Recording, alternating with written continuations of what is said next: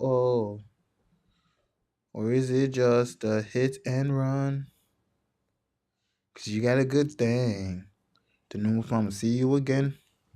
This guy didn't even go to the cult. Yo, I don't. Silent Story is my favorite album from him. I don't know, man.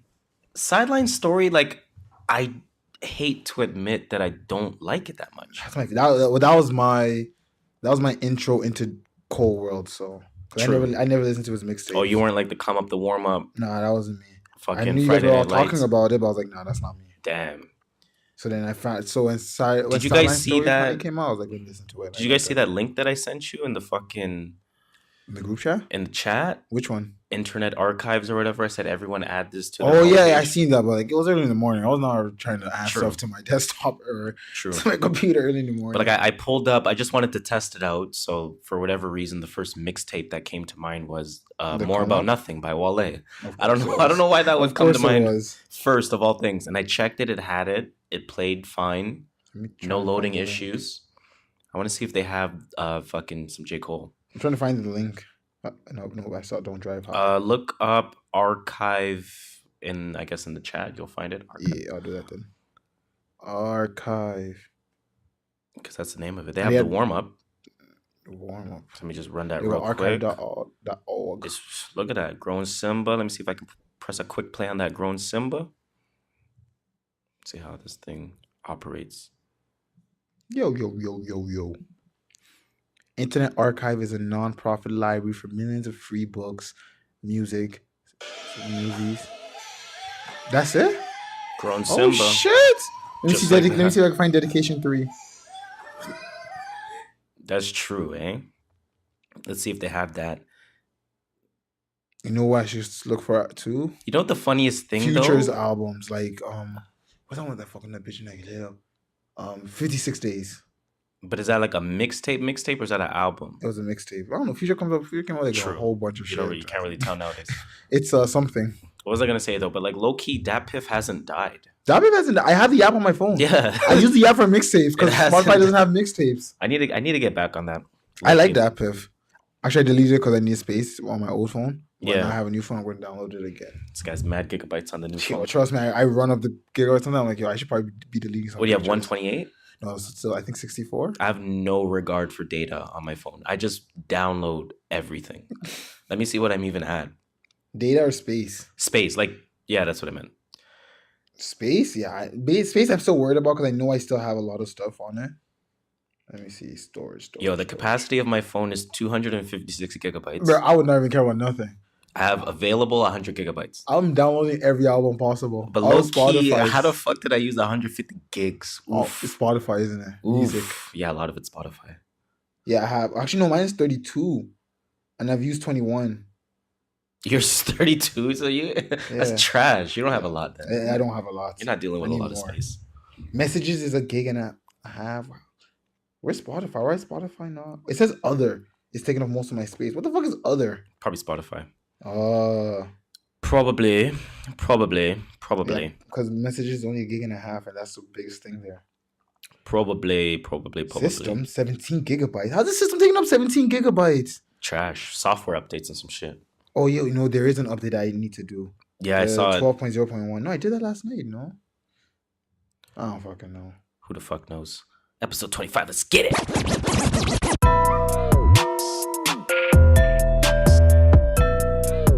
Alright. Hey Siri, start a timer. I'm Gucci. That was pretty hard. Pause. Oh, that sucks. My God. Hey Siri, what the? Hey Siri, start a stopwatch. All right, now start. Okay. So now that it started, I guess we can start as well. Hey, yo. Hello. Yo. Hello. You already know what it is, was not guys. your plan, too. True North Views podcast. TNV, Welcome to another episode. No. Episode 20. Yeah. You're right. Hold up. I don't know. I feel like it was True right North. time. Wait. Hold on. Let me find it. Air horn, right? True North Views podcast, guys. Welcome to another episode. Hey, yeah, that's how it is. Drop a motherfucking TNB bomb on these motherfuckers. No, we can't do that. I know, is they doing something like that, don't they? New Joe Budden, new Rory and Mal. Yeah, that shit. Yeah, we can't have we can't have our own drops. Not yet. Don't worry. It's coming. We should just steal everyone's everything. So we should steal Joe Budden's drop, Jesus and Miro's AKAs. What else can we steal? I mean, the Brilliant Idiots don't really do nothing. I don't know. The way they say their names, I guess. Their outro. If you listen to this and you think we're smart, yeah, you're right. Let's steal that. If you listen to this and you think we're idiots, you're also right. So Brilliant Idiots, have a good week. I'm down to steal that as well. Steal bear shit. But guys, fuck it, man. For now, we're still us. We're still here. We're still kicking. We're still rocking. True North Views podcast for long. Hey. Episode 25. We're here. We're number 25. I don't think anyone. Half a quarter century. Half a quarter century. No, that doesn't make sense. Quarter century. I fell for it. We're out there here, but we're out here though, man. Episode 25. Your boy's feeling like trash. He's mad sick. But it's all good because we do it for y'all, man. Yeah, that's what I'm saying. Yo, we'll go through. Remember we recorded at the cottage. We recorded live from the cottage. We recorded on a Sunday before. We recorded Sundays. on a Friday, like days before. We just get you guys this shit. We've done close to the midnight recording before. We just get you guys this shit. That's all that matters. And now we're doing the recording where I can't hit none of my high notes. I'm offended. It's a blessing in disguise. I'm offended. It's a blessing. Anyways, guys, True North Views podcast. It is your go-to podcast to start your week. In fact, it's your go-to podcast for any day of the week when you really think about it. I'm not going to argue that. It's your favorite podcast. It's your favorite podcaster's favorite podcast. Well, I'm my own favorite podcast. Some would even call us Toronto's unofficial podcast. Yeah. We are the kings of dope criticism. Yep. The Pharaohs of Prolific Opinion. Straight up. The emperors of elevated thought. Just have to get that skirt in there. Now, I go by the name Harris. Skirt. JustShola. Okay. And as usual, we're giving you our views from the perspective of a couple of first-generation Canadians on what's really buzzing, what people are talking about, and most importantly, what people are not talking enough about. A boot. Come on, a boot. We're Canadians. A boot? Do they? Did you watch How to Get Away with How I Met Your Mother? Is that the one with Neil Patrick Harris? I was gonna say Neil deGrasse Tyson. There was that girl from Canada, and they always said a boot when they were making fun of her. They'll say a boot. Yeah, that's a thing. That's like a fake. I think that's like a fake Canada thing. Man. I think don't that's really like say a that. Saskatchewan, like Manitoba type of thing. I could be wrong. I actually think it is. But I feel like it's hardcore Canadian. I feel like I've met people from Saskatchewan. Yeah, it's Saskatchewan or Alberta that say a boot. A boot. I don't know. We don't say that shit in Toronto though. They weird as a motherfucker. We talk normal. We talk normal here. Let's plug our shit, man. Let's plug our shit. So you can follow us, of course, at True North Views. You will find us on both Instagram and Twitter. All one word: TrueNorthViews. Now, this is the part where typically we fuck up our own plug by going on side conversations. But I was listening to Brilliant Idiots, and they had Dormitainment. Yeah, I love Dormitainment. They're good. First of all, I listen to their podcast all the time. I didn't know they were. Always download. It's Jamila that showed me into their about their YouTube years ago, and I've been watching their YouTube channel since then. I feel like I've probably seen their shit from time. Like, I didn't know they like them as personalities. And it's funny because they were spelling like I don't think they were spelling Dormitainment. I think they were spelling one of the pages of the individual, and he was doing it with the rhythm. He's like A B C D E F G H I J yeah K L. And I was thinking in my head like, yo, this motherfucker stole our swag. Idea. But nah, that's how you're supposed to spell shit so people can fucking follow you. Yeah, you gotta say it with rhythm. It's like songs. People remember songs because of the rhythm, not because of. Feel me? That's why the ABCs are a song.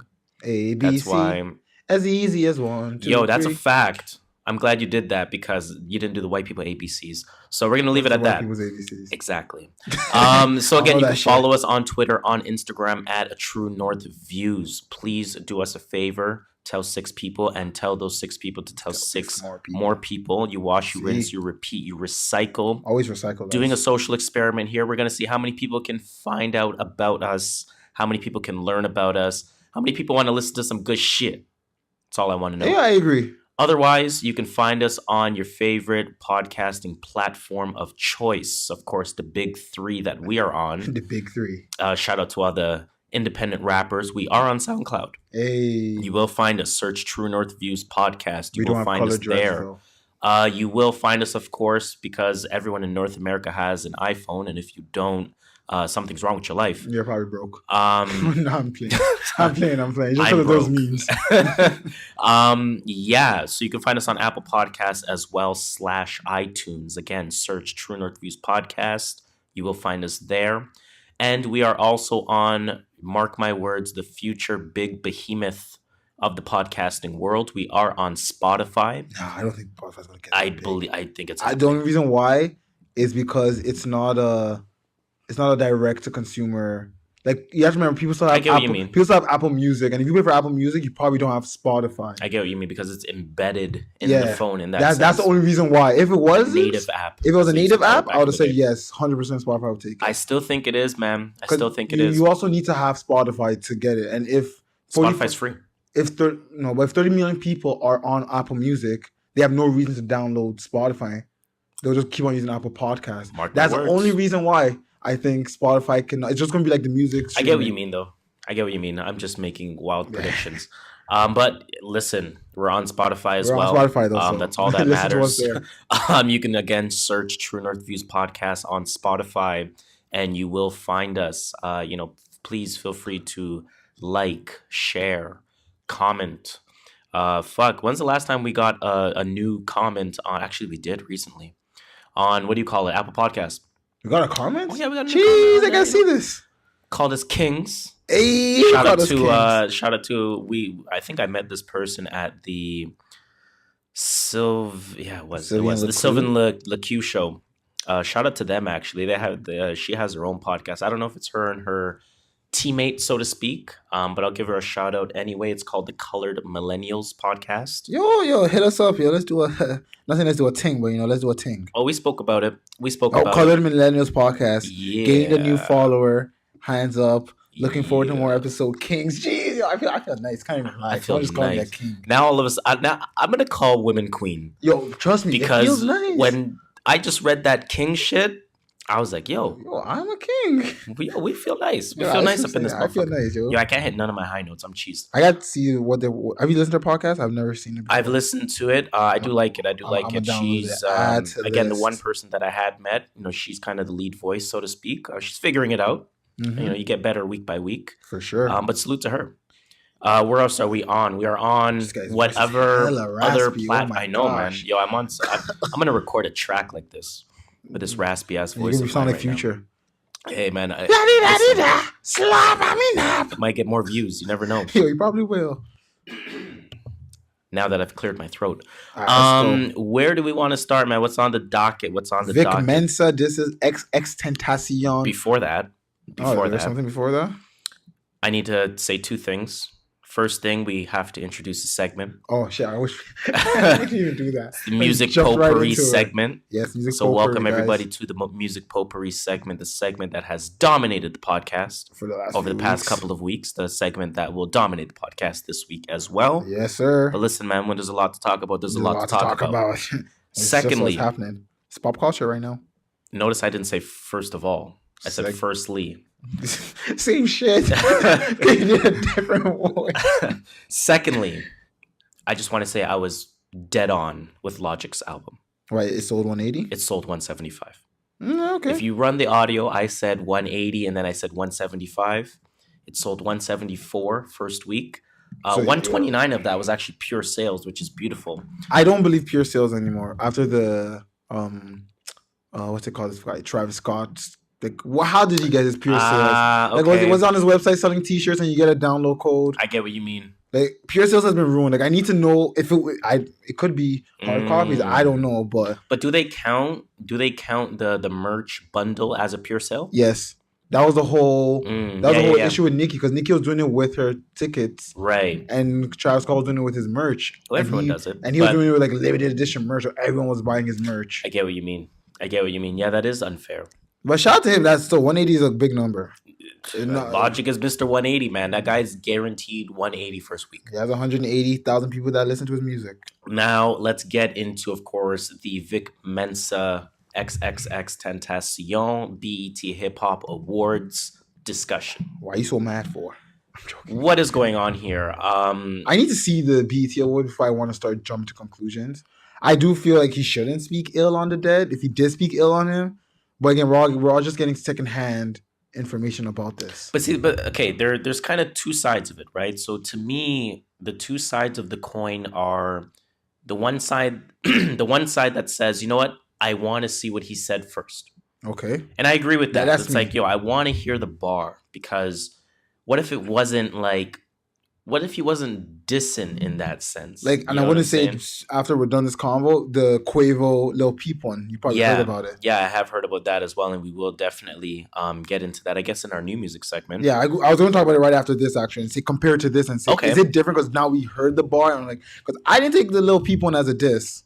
I mean, well, let's finish with Vic Mensa now. Yeah, so again, with Vic, there's one side that says, you know what, I want to hear the bar first, and there's the other side that says, you know what, fuck the bar, because his response was wrong in and of itself, right? It was, listen, you know, I what did he say again? He's basically saying, no one knows what he said. We all just can't, whatever. No one knows. If you weren't there, you don't know what he said. That's the issue. But basically, like, when he didn't even really apologize, he was like, you know, I didn't know his mom was gonna be in the audience. Yeah, I saw that video. However, I vehemently stand up against my, people that abuse. Queens. I'm like, what? I'm very confused by this. Not to mention, he also is somebody that has said history of. Yeah, I don't know if he has a history of it, but he said in his music that he's abused a woman in the past. Yeah.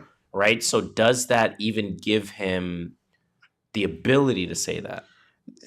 Right? Does it give him the ability to speak? I guess let's speak about that. It? If you're somebody that has been abusive, can you speak out against abuse? If you've changed, I see why not. Like, you know where people are coming from in that situation. That's true. Because if you understand firsthand what it means to. Yeah, I mean, I agree with that. Or why you would want to be abusive, or how it's seen as abusive. Now, the part that's a little, off to me with respect to, making mention of X's name is the age, right? Think about where you were when you were 20. Oh yeah. How old was Vic when this lyric that he put in his music came to light, right? Was he 20? He was probably a little older. Exactly. You know what I'm saying? So essentially what I'm getting at is, where is the understanding? You can't fault him for that's exactly what I'm saying. Like, as Vic Mensa, as someone that has been through or has been involved in an abusive, or been the abuser in an abusive relationship, or in a relationship, in a domestic violence situation, he should understand where X is coming from. And I don't know what his bar is, but he should have maybe worded it differently, or. See, my thing is this, because now let's get into my conspiracy mind, and this is how. Put on your tinfoil hat, everybody. This is how my mind works. Tinfoil hat on. We know a couple of things to be true, right? We know that the Hip Hop Awards ciphers are recorded well in advance. Oh, yeah. Months in advance. Yeah. Right? We knew that Vic Mensa supposedly spit this bar, right? We know that too.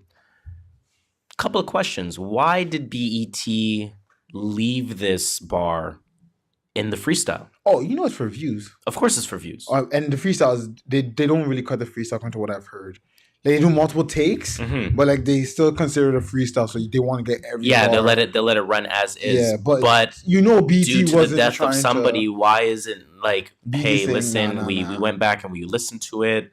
There is a line that suggests something about X, whether positive or negative. We think it's more respectable if you take it out.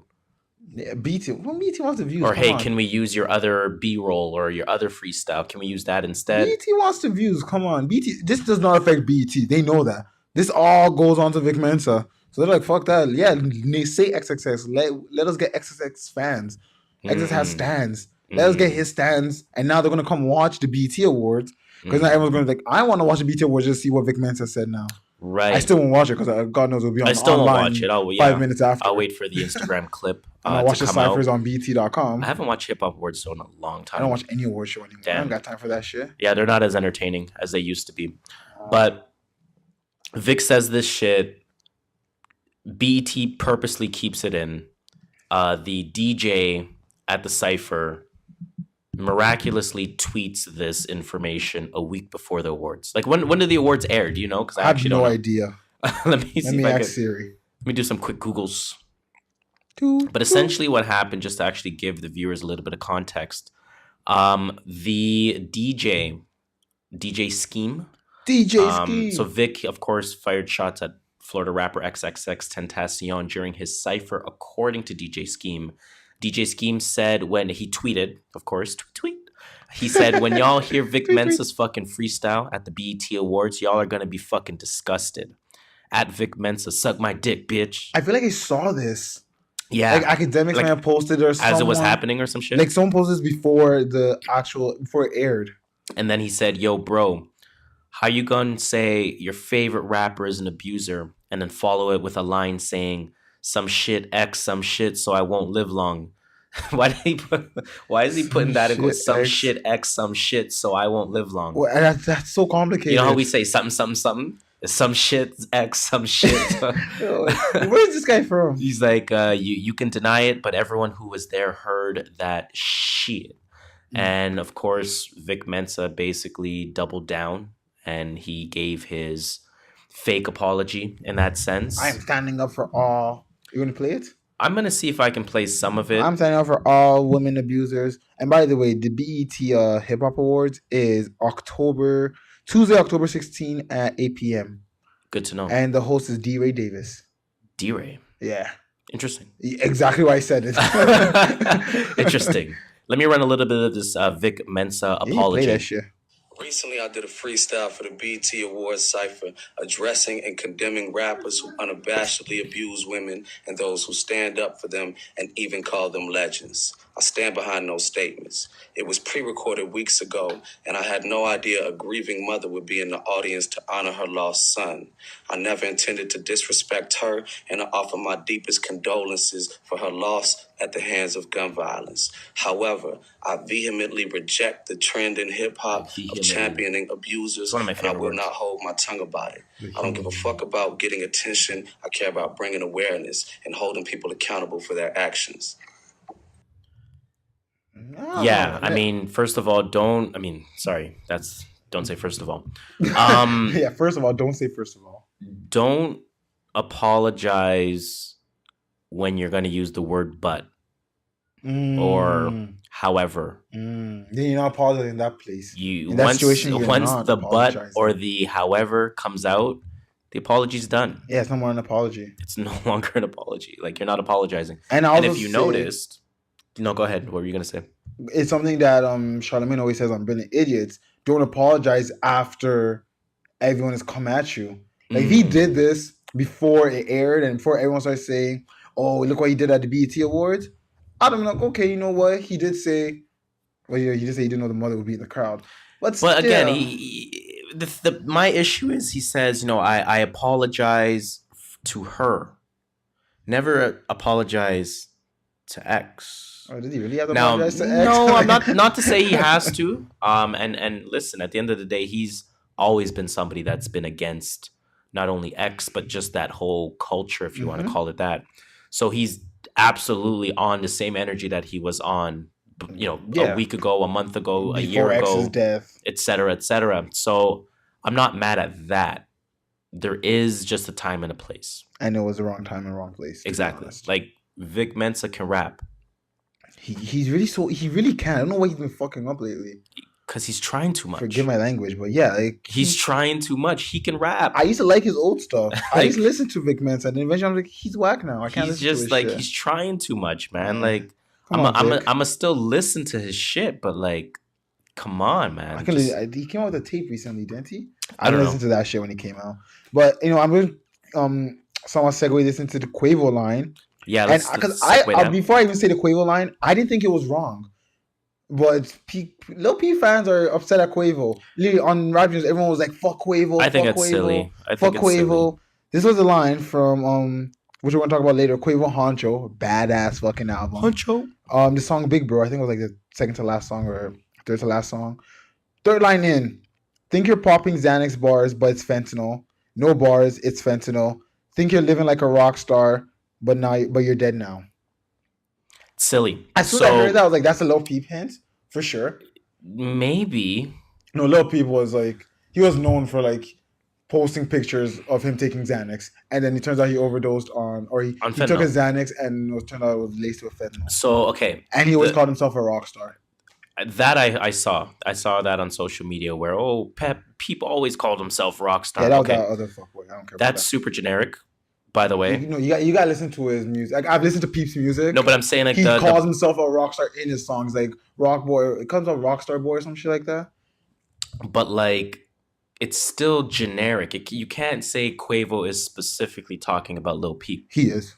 You can 100%. Say he had Lil Peep in mind. 100%. That's a Lil Peep reference. But you think it? I don't think he was dissing Lil Peep though. That's what I'm fighting for. I don't take that as a diss. This is why I know he's talking about Lil Peep and why I don't think he is. Because Lil Peep, he was one of those people that was known for showing his drugs on Instagram, right? Showing that he's taking pills on Instagram, and the same shit killed you at the end of the day. Not trying to be harsh, but that is what killed him.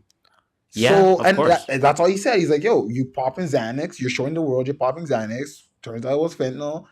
Think you're a rock star because you're popping Xanax. Now you're dead."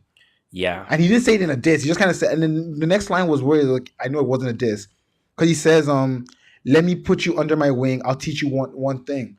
He's just telling everyone out there, like, "Yo, not saying don't follow this guy, but take a look at what this guy did. Now take a look. I'll put you under my wing." We're in the era of outrage culture and selective listening, and because the whole song was about him being a big bro to someone. Exactly. Like, I'll teach you shit. Isn't the song called Big Bro? The song's called Big Bro. Yes. So that's why I don't really think all it's there is to it. But Lil Peep fan, and this is why I wanted to listen to the Vic Mensa line, because Lil Peep fans are outraged. I'm like, it's not really that, like, he didn't really diss it. Like, the man did. But so which is my question: if someone is dead, does that person become off limits? Like, I would just say, if Bill Cosby passes away, I can't make a diss about Bill Cosby because even though I would say avoid it, man. Avoid it. Why? Why do you need to use Bill Cosby as your joke? Oh, it's just obviously. You know what I'm saying? Why do you need to use XXX in your freestyle? Why do you gotta use Lil Peep in like you can get by without it? Yeah, but that's really all. Like, so are they off limits?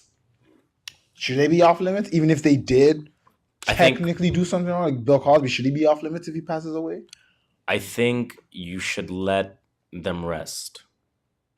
Okay, I agree with you on that. I agree with you. Just let them rest. They're so like creatively think about something else to say or do. Okay, so you think they should be off limits? I don't think there should be a rule. Like, I don't think I can black and white say yes, off limits, 1000%. Just don't do it. Okay. Just don't do it. Let's move on to some more hip hop beef. I agree with you. Now, before we talk about Drake, Pusha T also responded. Yes.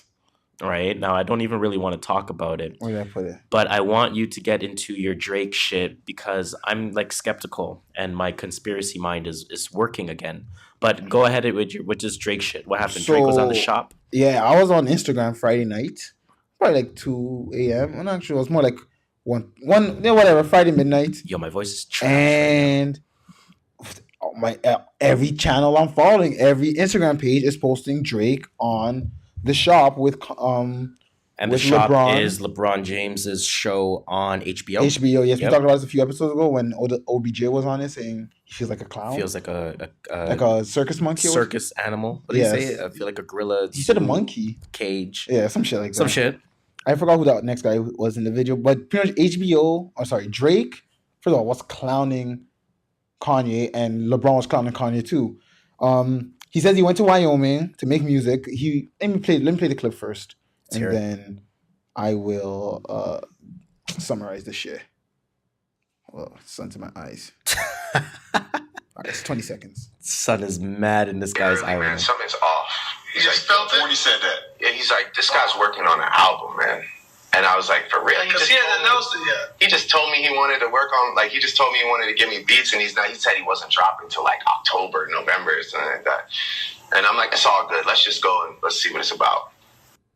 So pretty much he says he met up with Ye beforehand. Then he agreed to invite him to Wyoming to shoot the shit, make some music, listen to some beats. Chop it up. He got there, and it turns out they spent most of the time working on Kanye's album, Ye. He said he only left there with the one beat he heard before, which was so Drake was expecting tracks for himself. Yeah, he said he was playing he was told they're going to go create beats and music. Okay, not necessarily tracks for himself. Like I don't know what they do. Okay, I get it. Like you're going there to just work together. Yes. Maybe you walk away with a song and a half. I walk away with a song and a half. Yeah, some shit like that. Something a little bit more mutual. Yes, and he pretty much hinted that he was pretty much just writing all of Kanye's albums. He said in a line, music is an art, it's meant to be shared, because the other host was kind of like, oh, so you're writing for him. He just kind of hinted like, yeah, I don't really call it writing. Whatever you want to call it. We were just making music. Music is an art. It's meant to be shared. Music is an art that's meant to be shared. Yes. That's very interesting that Drake would say that. This guy is media trained, man. One more thing regarding his son. This is what he had to say. And the March 14 track and Pusha dissing his son or outing his son. Please send some other things through. By the way, I'm in Wyoming. I play on March 14. I send him a picture of my son. Oh my God. I tell him I'm having trouble with my son's mother. We had a conversation. I shared my... So first of all, LeBron's... LeBron's... is hella disappointing. Like, your parents do that to you? Like, oh, was he trying to do like... What was the tone of the I thought it was like oh. I think it was like a little bit and a little bit was like I'm disappointed in Kanye too. Yeah, so that pretty much he said Kanye snaked him. Right. Kanye, he wrote for Kanye's album, wrote half of Kanye's album, or not half it. I lie. He didn't say no numbers. He wrote for a lot of Kanye's album, and he also outed his son to Pusha. So Drake is confident that it was Kanye West that outed his son. Yes, exactly. Paid March 14. March 14 is his. And Kanye West will say, it wasn't me, bro. Yeah. I didn't do that, bro. For all unless Pusha says who he got it from, we really don't know where it went from.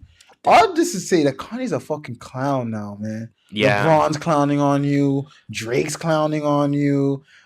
T.I., which we're going to get to soon, is clowning on you. Yep. Side topic. Pusha did an interview with Redbull TV, and he said people are about to battle rap in their rap songs, but he says when it comes down to it, they can't bang. Do you agree or disagree?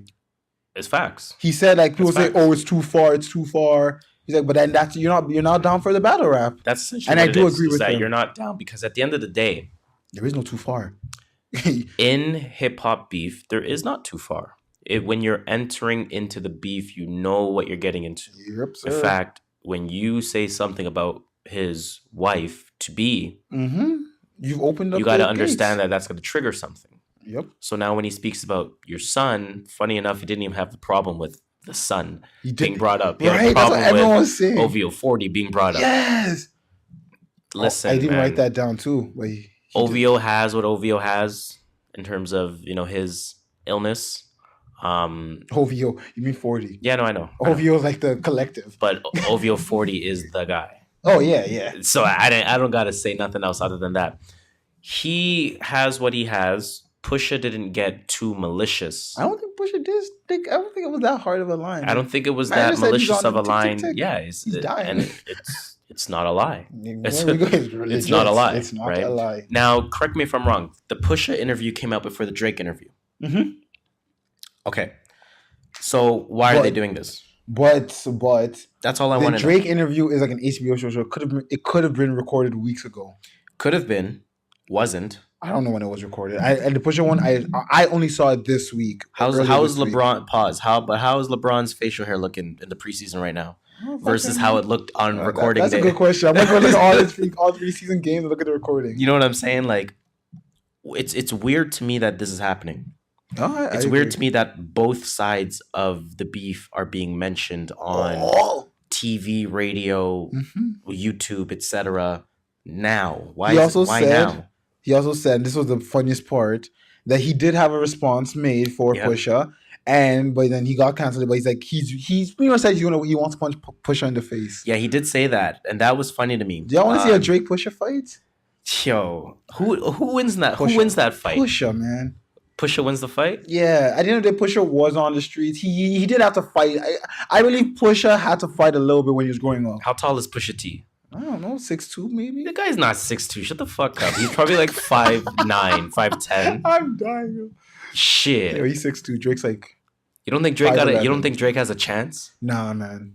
Pusha has the braids, bro. You don't fight people with braids like that. You in the washroom, slipping on semen. We slipping on semen. Slipping on semen and shit, man. That shit would be funny, yo.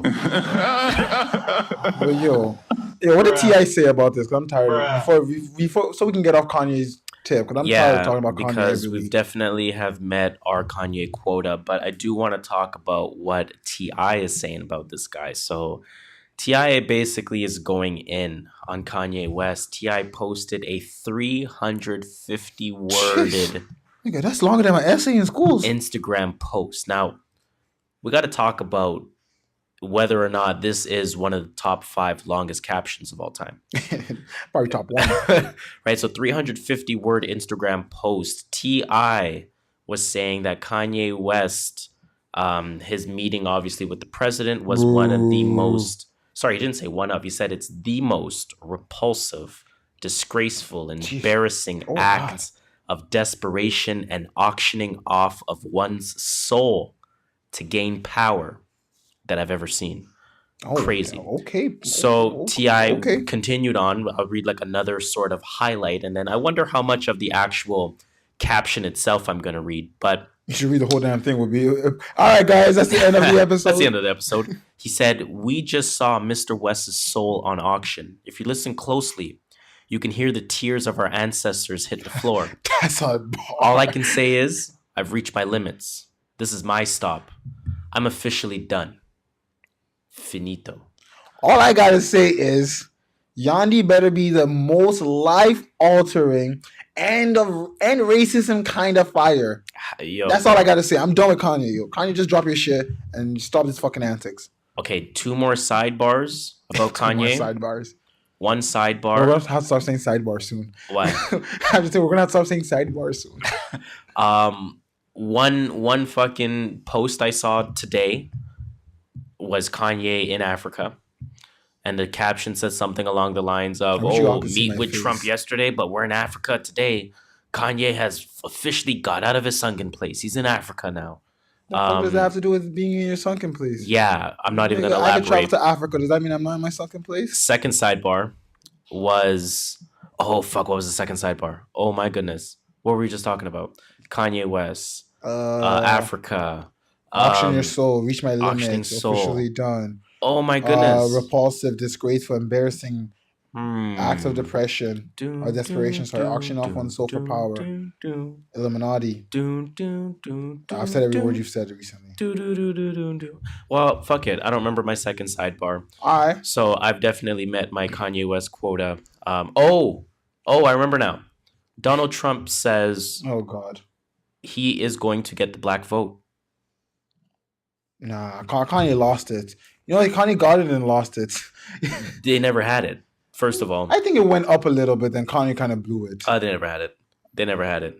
I was reading an article that Donald Trump had said after his meeting with Kanye. He was holding a Trump rally in, was it Chicago or was it Ohio? How did a man fly from Washington, D.C. to Chicago that quick? It's not that long. It's not? It's like Toronto to Montreal. Okay. Right, so still, I think it was in Ohio. Man just had a big-ass meeting with Kanye West. And he said he's going to get the black vote. Mm-hmm. So hey, whatever, man. I just hope that you guys don't fall for the brainwashing that is clearly occurring. It's good to dream big, man. It's good to have dreams. Okay, Kanye quota done. Off of it. Yep. Did you hear about this Amy Winehouse thing? You told me about this. I did tell you about this. But for the podcast, it sounds good if I ask you if you've heard it. Amy Winehouse Hologram Tour is in the works. Let's go. When's my tickets? I can't tell if you're being serious or I'm not. fucking joking. I don't listen to Amy Winehouse. Although I did hear she has a serious voice and she could hit some. She was a great vocalist. No, she was a great vocalist. I just never listened to her music. I think I only knew like one of her songs. Yeah, she was a great vocalist for sure. I've gone to rehab and I said no. Yeah, we're not gonna butcher that. So let's move on. Now, an Amy Winehouse Hologram Tour, as I mentioned, is in the works. And funny enough, in terms of who actually told the press, so to speak, it was her father, Mitch Winehouse. These shows are set to debut in 2019. Does she have an opening? It will feature a live band accompanying vocals from Winehouse's original recordings. Okay. According to her father, all proceeds from the concert will benefit the Amy Winehouse Foundation. AKA his pocket. Probably. Now, this is obviously a good thing in terms of the reason for it. But what I want to ask you, just hologram tours in general. We saw it with Tupac with Coachella. Yeah. We're hearing about it with Amy Winehouse for 2019. Is this something that we're into? Do you want to see a fucking hologram tour? You know what you said? When I said about X and Peep and Cosby? If they're dead, I'm not trying to say don't appreciate the music, but let them rest in peace. Like, I can go to my buddy's house and just listen to their old music. I don't need to see a hologram fake image of a person. I feel like that just... So when you say, okay, now in this context, with this context being slightly different, when same you say, shit, let them rest in damn peace. But when you say, okay, when you say let them rest, who are you like, who needs to let them rest? Is it the fans or is it the people organizing it? Everyone. Because the people organizing it is her own family and her own foundation. Yeah, they should let her rest. Like, that's why I know it's a money grab. I mean, we also can't tell them, right? Like, it's her family. Like, we can't tell them what's on or off limits. Yeah, but I'm wondering... You can't tell anybody what to do, really, of course, truly. But I'm wondering, as people that would potentially go to the show... No, I'm not into this. Do you tell yourself, okay, I'm cool? Would you go to a Biggie hologram concert in Toronto? It's just not the same, like... It's not even that it's not the same. It's just weird. Exactly. That's what I mean. Like, it's not the same. Like, it's weird. Like, it's just weird. The man is in the grave. I don't want to be seeing a hologram of him. If you're gonna walking around stage, like, if you're gonna do like, they have like dance parties as they call them, like a Justin Bieber dance party where they would play nothing but Justin Bieber music. That I'm okay with. Yeah, I'm fine playing. With that. We still spit Biggie's verses to this day. Yeah, hell yeah, Tupac. Right? So we're still spitting the verses to this day, but if you want to see a hologrammed image, I think I'm cool without it. I don't need to pay X amount of dollars. It's probably not going to be cheap too to see a hologram image of someone that passed away. Yeah, to me, like, the whole point of going to a concert was to see that person live. To me, it's see that person perform, see their lips move to the lyrics you've been listening to, and now it's just going to be like. No, it's not. No. And again, even with the parents being part of it, your mind don't change at all. Still, no, doesn't matter. I am not with it. Like, let them rest in peace and let's just bump their music. Word. End of story. There's not new music. Say no to hologram tours. Say no to hologram tours. If you add, like, someone's like, here's a free ticket, 2 free tickets, whatever hologram tour you want to see, who will it be? You have no choice. You have to go. I mean, if I have to choose, gun to your head, I would like to see what Biggie's presence would have been like. Okay. That's a good point to bring that one up. I would have picked for sure. Big L, I definitely would have wanted to just witness that. I think I want to see more in the studio than on stage. Potentially. Who else? I'm trying to think who passed away. I can't think of Michael Jackson. No, Michael Jackson. I've seen so much videos of him. I'll say Michael Jackson. Actually, I'm not gonna lie. Michael Jackson. I don't know. I'll say Michael Jackson just because he dances. I like to see him dance. Yeah, I'm sticking with Biggie and Big L for me. Yeah, Biggie and Big L. But good thing no one has a gun to my head because I am not going to watch a hologram show ever. Neither am I. Let's get into some new music now at this point. So, of course, a number of projects released this week. I actually thought low-key it was going to be a week where there was no music releases. I thought it was going to be quiet. Right? I thought it was going to be super quiet. But somehow, some way, a couple of people have put out projects. Let's go through them one at a time here. Obviously, we're going through some of the bigger names. Yes, we can't cover everything. But we will go through some of the bigger names. So, Let's start, of course, with that Quavo Huncho. Quavo Huncho. First of all, I gotta play this to respect it.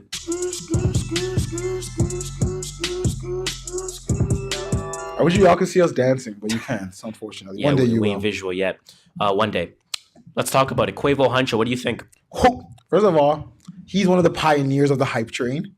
Him and the Migos are some of the pioneers about the hype train. Now, let the viewers know what the hype train is. For those that might think you're tripping right now when you say one of the fathers. That's true. That's true. we are an outrage culture after all.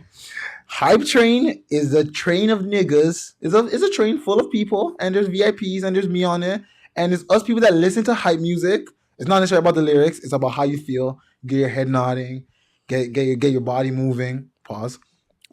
And the artists, Lil Pumps, so Quavius, Travis Scott, Migos, Lil Baby, Gunn. These are all hype train VIPs. And Quavo started this hype train. Quavo was on the first what's that first cart? The first conductor, the first bus. What do you refer to it as? That first first unit, first segment. There we go. Whatever. The first little bit with the doors before first subway carts. Don't fucking kill me. Quavo was on the front seat of that with the Migos. Right now it's really long.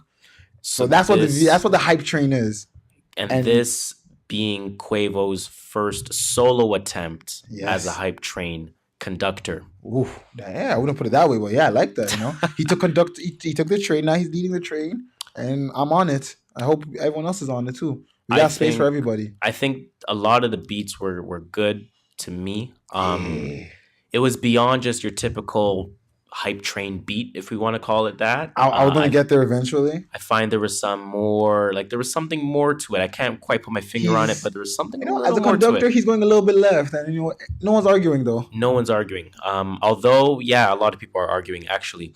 But to me, again, beyond your basic new age beat, personally, I think he handles solo tracks very well.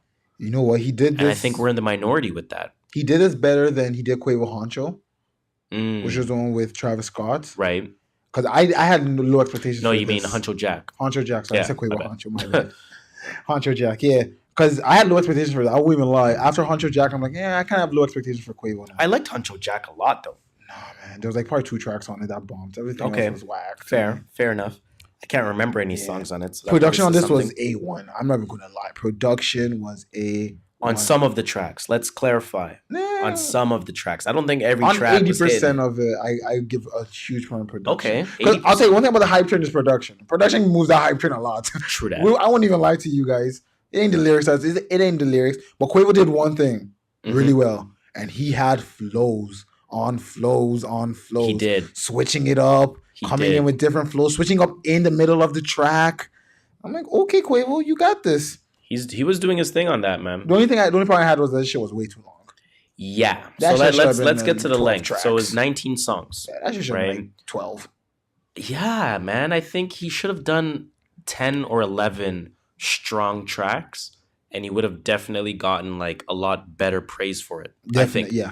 Because everyone's saying what the fuck do we need 19 songs from Quavo for? Because he didn't really say anything of substance. Now, in another conversation I had with a friend, the friend was like, "Are we surprised?" But see, I blame this on the. That's where it flipped. I don't even blame it on short albums. I'm like, are we surprised that Amigos member is doing 20 songs? No, it's the label because they want 3 of these to be hits, and that's it. True. And then they just play the hits. It's the same thing with Culture 2. Culture 2 had a big why are there 24 songs or 27 songs? And they're it's just because they want 3 or 4 of them to be hits, and they don't care about the other songs. True that. It really takes the Migos to nothing to make music. Well, I think like you said, they're throwing darts. They're hoping one of them lands on the bullseye. Exactly. If 2 of those become Billboard's 100, they made so much money. Well, I think one of them definitely hit the bullseye. That fucking 21 Savage track. Yo, that track was heavy. 21 Savage alone bodied the fuck. You know what's funny? Out of that. We haven't heard a lot of 21 Savage this year. We haven't. Other than features, we really haven't heard a lot about him. I was pleasantly surprised with this, man. I want him to come out. But let's talk about some of the standout tracks, though. Alley Oop. Is that the intro? That's the intro. That is the intro. That Bumping intro. That set the tone for me. It really did for me too. I was like, I would need to listen to it. I was under influences and I was like, oh I was too. I'm not gonna lie. Okay. And then again, the 21 song comes on right after that. 21 switched up his flow a little bit, which I really enjoyed. Really? I don't know. I didn't it's typical 21. Yeah, I guess. But he switched it up a little bit, right? You don't listen to 21 as much as I do. That's true. That's why. That is true. But the bars were funny. Typical funny 21 bars. Typical 21 bars. I could show you how to make a band like Diddy. Something to make you dance like Shiggy. I'm like, hey man, I'm with it. Do you? That was the song with the skirt. Skirt. That was the song. Hit him with the skirt quickly. Play that skirt one more time.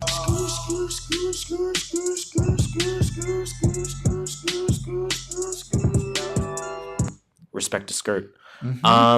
What else was a next was Honcho Dreams. I thought it was a skit, but it turned out it was an excerpt from a movie. Honcho Dreams? Yeah. At the beginning, I thought it was a skit, but it was from a movie. That's the track about Nicki. Yes. That's the song about Nicki. He had an ad-lib that was ad-lib. I literally wanted it a few times. Oh, he said ad-lib? Yeah, you ad-lib. Is that your reference track? Yo, it could be a reference. I think he did it as a joke because he also said something about ad-libs later on. Of course. It was good. That's fucking hilarious. What the fuck? Yeah, that was funny. But yeah, he's definitely talking about Nicki Minaj on that. I don't want to deep dive yet on that song because I want to see if Nicki replies at all. But of course, some of the things that he said on the song itself, he talks about Nicki posted a bag of hers on Instagram. Quavo was the one that got the bag. Damn, okay, Quavo. Okay, Quantavious. He's basically saying that he had sex with Nicki Minaj and he skeeted all over her face. Jeez, okay. Right? So some of the lines he said, no Fifi. Yeah, I see. I remember that. No Fifi, I skeet on your face. What else did he say? He's like, I see a queen on a tree. Queen. Mm-hmm. Tree is his dick. Mm-hmm. She, what did he say? She liked that. What the fuck? She liked the ride. I can't read. You can't read Quavo's lines until you can't read them unless you're hearing him say it with his flow. Unless you hear him, you're absolutely fucking right. They said she ride that boy like a tree. And then he said something about safari. Where was that? And then even the choruses bounce that ass, Nicki. Yeah, bounce that ass, and he said that one like, I hope Nicki doesn't get mad like for this. Iggy, and then I hope if she gets mad, I sincerely apologize. Yeah, some shit like that. Something like that. Where's the safari line? He's like, straight out the jungle, no safari. Jeez. I'm like, hey man, listen, Quavo. He said something along the lines of she said, if we appear in public, I gotta be her husband or something like that. Okay, Nicki. Hey, do you whatever Quavo do, man? Hey, that's it. But Quavo got a new girl. Let's leave it at. What does he? Yeah, you know whose new girl is, and I found out on Friday. Sawiti. Real shit? Yeah, that's why she was on the album. Okay. And I went on his Instagram. He put some love quote about her on one of his pictures. Is she sweet though? She's pretty still. I'm not gonna lie. Okay, fair enough. I did not. I'll tell you what I did not like the Cardi B feature. Why didn't you like her? Cardi to me sounded super weird. Just the sound of her voice, the quality of her audio as well in comparison to the rest of the song. I feel like she recorded that maybe like, I don't say when she was sick or when she was not sick. Pregnant. Pregnant. That's what I'm gonna say. Pregnant. I said sick. Oh my goodness. Yeah. I'm starting to develop a little bit more of that. I'm not going to call myself a fucking audiophile because I'm not, but I'm starting to really identify different sounds a little bit better. Cardi sounded off. This sounded off to me by all measures. I didn't like her flow. Yeah, her flow. Her lyrics weren't banging. She wasn't hitting the beat hard. Like, it just sounded weird. It just felt like a stretch. Like they wanted to put her on an album. Just to get the name. Yeah. And they put it on because then Madonna's also on that. Yeah, Madonna killed it. Madonna actually. Barely doing anything. No, at the last verse, she was doing some singing shit. I kind of liked it. And then there's the one line which I'm pretty sure you tell me if this was a shot at Nicki from it probably was because it's from Cardi B. It says, "Look, courtside at the Garden, just to see LeBron. I don't do number 2. That's the type of shit I'm on." Nicki number 2 to Travis Scott. Yeah, no, of course that's a bar. Okay. Of course that's a bar for Nicki. But like it's bona fide hate now, right? It's not even. Yeah, it's not when you're throwing hands at that point, like you already know every line is. Yeah, it's definitely bona fide hate. Quavo Honcho, man. Last thoughts before we get the hell on out. Do you want to rate it? 6. No, I give it an 8. No, you're bugging. I give it an 8. You're bugging if you give it an 8. It did what it had to do. Let's did what it had to do. Let's stop as a family here for a second. I want you to think about for 3 seconds the albums that you have given an 8 to. Are you sure Quavo Huncho was an 8? Let's just think about it. Yes. Okay. I'll give you a quick 30 seconds why. Okay. 1, it was better than everyone expected. I think it was worse than people expected. No, after Huncho Jack, that shit was better. But after Culture 2, that shit was better. But people didn't look at Huncho Jack as a Quavo solo project. They look at that obviously as a collab project with Travis Scott. You also want to sound good in your collab. Yeah, but what I'm saying is this is Quavo's first solo album. People aren't saying, oh, how did he sound on Huncho again? They're saying, yo, Quavo's coming out with his first solo album. How is it going to sound? Right? Okay. Well, it still sounded amazing. Production was A1, like I said. He switched up his flows a lot. He showed so many different type of flows. He showed why he was the first Migo to blow up as feature artist. The only thing is that it was way too long. But I'm still giving it an 8. It did what it had to do. It got me off my chair. I don't expect much from Quavo, but this was more than I expected. So I feel like you're giving it an 8 because of expectations. Probably, maybe. I feel like that's highly inflating your number. In fact, I feel like my 6 is too high. Well, I'm giving it an 8, but I'm not comparing it to like a Lil Wayne Carter 5, 9. In that case, Lil Wayne is like a 12. It's an 8 in its own pocket. Like, okay. I don't have to explain it. It's 8 on a different scale, but the whole point of the 1 to 10 is to fucking keep them on the same scale. It is on the same scale. It's just on it's way different. I get exactly what you mean, but there's no way this is an 8. It's an 8. Let me actually amend my rating. I'm going 5.5. Damn. Okay. I'm going 5.5, and that's not even to hate. That's like you said, I like the production a lot. A lot of the songs, like the beats are stupid cold on there. Even the song with the track with Offset. What was that one called? Fuck 12. Fuck 12 was good. Oh, that beat was killing. I did not like Flip the Switch, the Drake track. I only like Drake's part in that part. I wasn't feeling it, but yeah, the Fuck 12 beat was crazy. You was in your 20s in the 90s. Yeah. Is that a Kanye or a Twist? Pusha. I thought it was, but no, not after that interview. I think it's Kanye. You think so? Mm-hmm. Are you gonna check how old Pusha is? Kanye West age? He's 43, and Pusha's like 41. But when was he born? I don't know. Can we confirm that any of these guys were 20s in their in their 20s in the 90s? Can we confirm that? Yes, Pusha, Hove, and Ye. Yeah, you're right. My math is not working. Yeah, you're right. They are 20 in their 20s. They're 43 now. 20 years ago, in 1998, they would have been what? 23. Maybe a little young. That's like a barely 20s. You know what I'm saying? Like that's like 95. You want to be like 25 and 95. Yeah, like this guy, like basically Drake is saying like in 99 you were turning 20. Like chill. But I wonder who he's talking about. Maybe Kanye. Yo, I think it's verified Kanye at this point. Quavo hinted at a Drake Migos collab. Okay. I had a clip. I'm not going to play it anyway. Keep it or leak it. Keep it or leak it, man. Should they keep it in the vault or should they leak that shit and release it? Firstly, they're recording this while they're on tour. Every day that they cancel, it's because they're in the booth. I think we finally unlocked the Holy Grail in terms of figuring that one out. I'm here for it, man. Keep it. All right. Or leak it. No, sorry, leak it. Leak it. I'll say keep it is as in they keep it. Keep that shit locked up tight. Never release it. No, I'm here for that, man. Leak that shit. Drop that shit. Let's hear how it sounds because with the Migos, it's the more the merrier. It really right. And that's kind of the fault against them as solo artists is that you need that offsetting. You saw what I did there. You need that offsetting sound between the artists and with the features and that kind of thing. Yeah. So that's another thing. I think what kept us listening to, and I will amend, I think that 8 is on a hype train 8. Yeah, you're definitely on a hype train 8. I'm glad you've come down to earth. I've thought about it, and it's actually because of my next question, but I'm thinking about this more, and the features definitely did keep me listening to the album. How did I forget the damn Cudi feature? Cudi's one of my favorite artists. The Cudi feature was pretty good too. Was pretty good. I actually enjoyed that show. It was a really good way to end the album too. It ended on a more somber note after after it's such a hype album.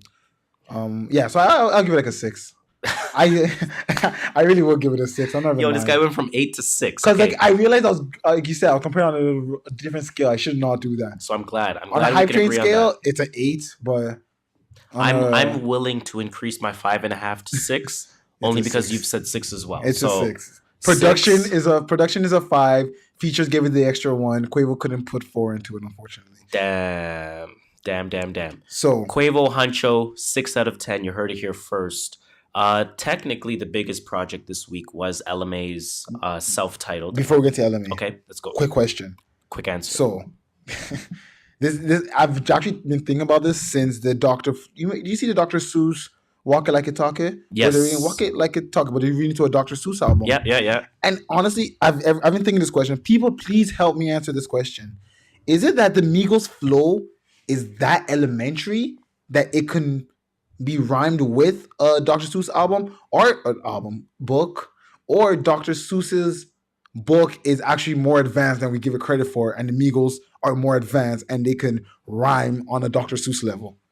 Do you understand my question? That's a good question. I've actually been thinking about that, and someone's like, "Oh no, they're just that good." And I'm like, I don't know. I think it's a little bit of both. I don't think they're on a higher level of elite, and I'm talking about the Migos in terms of their flow. I don't think it's advanced. Okay. But I do think there is something to be said about being able to apply your flow to anything. There is an art there. Okay. I agree. That's a way I've never seen it before. So there is an art to being able to apply your flow, your style to everything. Mm-hmm. It's like a basketball player in that sense. That's like true. He can adapt to any style of game, fast break, half court, etc., etc. He's a bad player, but necessarily doesn't mean he's a great player. Exactly. Okay. I like your answer. I never thought of it that way. I just felt like they were either trash or they were just. Yeah, because even as I'm answering, I keep going back and forth. I'm like, it's super trash. I'm like, well, no, it's clearly not because it's working. It's working, exactly. Right? Okay, so, I don't know. You guys let us know. Viewers, please let us know what do we think about this question. I can't even repeat the question because we don't know exactly what the question is. Is Migos Flow underrated or overrated? Migos Flow underrated, or is Migos Flow overrated or advanced? Is that you get what I'm saying? Yeah, like, is it more advanced than we think it is? Like, is it like, I know it's a hard question on its own. We got smart viewers. But you get the way you exactly. Just listen. They'll figure it out. Now let's talk about LMA. This dropped way later than I thought. Like, not way later than I thought. Sorry. What do you mean? Said it all. I was like, I didn't see this album until. Like later on it in was the announced. day. It was announced the week before, right around the time they told Jacquees to take it off. I ain't really checking for. You ain't checking for LMA? LMA. I kind of just listen. So personally, I don't really listen to LMA. That's the only song everyone knows from her. I don't want to just listen to every new artist that everyone says to listen to. That's one reason why I'm not checking for her. Boot Up obviously was a track. Boot Up. Trip, was okay. Whatchamacallit with Chris Brown, wasn't a fan of it. I heard that once and then heard it once, it was okay. It didn't sit in my stomach. So to me, the LMA shit, self-titled album. I'm just gonna put it this way. Do you like that idea? Yes, I love self-titled albums. Okay, I love self-titled albums. I don't know. I just always wonder why people do it. I think you need a self-titled album within your first 2 releases. Gotcha. It has to be. So one of them. 2. One of them has to be self-titled. Your first 2 releases. Either your first or your second release. This guy I think it'll be on 1.5 in there. Like within your first 2 releases. To me, it just sounded mad generic. Like typical pop shit? Or like poppy R&B. Shit. Okay. Poppy R&B. Like, Boot Up shouldn't be the best song on the album. Is it? In my opinion. Oh. In my opinion. In fact, somebody tweeted, this LMA album could have used the Jacquees feature. That was the funniest shit to me, yo. Yo, they're dissing out They're here. definitely dissing. What else did I see about fucking LMA? Someone said, is LMA the new face of R&B? And somebody responded, she ain't even the face of Trip. That's Jacquees. Yo, my God, that's funny. But yeah, I mean, I don't have much to say about it, to be honest. I gave it sort of half of a listen. It just wasn't for me. It didn't hit for me. It was sort of generic poppy type of R&B. Like you said, you listen to hard R&B. Yeah. And then you also listen to like hard hip hop. Yeah. And then we listen to pop on the radio and on TV. So when you get that in between, you're like, I don't really want this middle ground. I want either R&B or I want pop. You know what I'm saying? Just wasn't for me, but you know what? I'll give it a shot. It would be remiss if we didn't at least mention that it released. So LMA, self-titled project. Go listen to that because I'm still down to support. I will listen to it just to say I've listened to it. Just to say you listened to it, pretty much. And then I can give my fair thought when I say it's crap or it's not shit. You know? One more project I want to talk about where we won't really go too much in depth. T-Pain dropped a project. I did not know this. So T-Pain, of course, this is called Everything Must Go Volume 2. Now, if you've been following T-Pain for the last little bit, I've been aware of this at least for a couple of months. I don't know exactly how long he's been doing this, but again, my awareness stems back a couple of months. He is getting rid of his entire catalog. Oh, I remember reading something about this. And I mentioned this as well. You may have told me this, but T-Pain wants to release all his music. Yeah, I mentioned this as well, probably like 10 episodes ago. But T-Pain just wants to get rid of his entire catalog. So in August, he released Everything Must Go Volume 1. Over the past couple of weeks, he released a couple of, not projects, but a couple of singles on YouTube. I think we've talked about those as well. And then he comes out with Everything Must Go Volume 2. Did you like it? I liked it. It's kind of all over the place, right? So he's not even trying to put together a body of work. He's literally just, it's like a sale. Everything must go, right? So he's literally just releasing all of it. Let me do a quick track list look to see if any of these songs. On these? Yes, he did. It sucked. I have to ask for features. I just wanted to know. I mean, if it was releasing like solo tracks, it's good to know. Features. Everything Must Go Volume 2. Actually, no, he doesn't. Okay, he doesn't. I like T-Pain's entertaining enough on his own. 7 songs, so very short. Okay, that's good. Sorry, 7 songs. Produce it, Kanye. I like. He has a song called Dark Skin DeBarge on there. That one's good. He has a song called Bottom Beer. That one's good too. No, good project, man. Good project overall. Go check that out. T-Pain, new music. It really reminded me that T-Pain does not get enough respect. He doesn't. In terms of crafting the sound, right? So when we think about today's music, I'm not going to say today's hip hop. I'm going to say today's music. We think about a few people. We think about Chris Brown on the R&B scene. Chris Brown came out at Drake's concert. We'll speak about that in a bit. So I thought you were going to talk about that, to be honest. I saw it before, like I think like earlier before I came here. So, but yeah, Chris Brown added to the notes in time. Definitely, was part of one of the pioneers in terms of new age R&B, along with Trey Songz.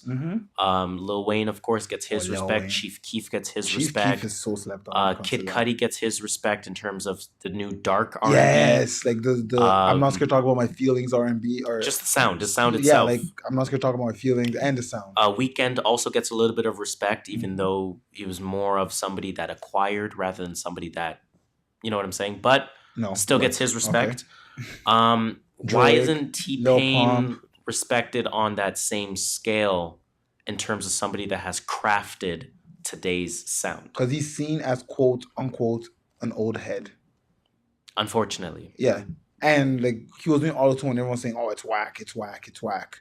And now everyone's saying, I need auto-tune to listen to music. Exactly. So just remember T-Pain was the father of auto-tune. It's all good. The people that know music know it. Yeah, if you know, you know. I don't need to, actually, if you can tell me that T-Pain wasn't one of the first auto-tune people, even Travis Scott gave T-Pain respect, saying he's seen the way T-Pain works with auto-tune. He doesn't even compare. And Travis Scott's king auto-tune right now. If you know, you know. Like I said, if you know, you know. Just put it that way. If she doesn't know that T-Pain was one of the pioneers of auto-tune, she's too young for you. Definitely too young for you. Let's get to the next shit. Let's get to the next project, man. That Usher Zaytoven. You just played this before this? A little mental sales and a little mental space?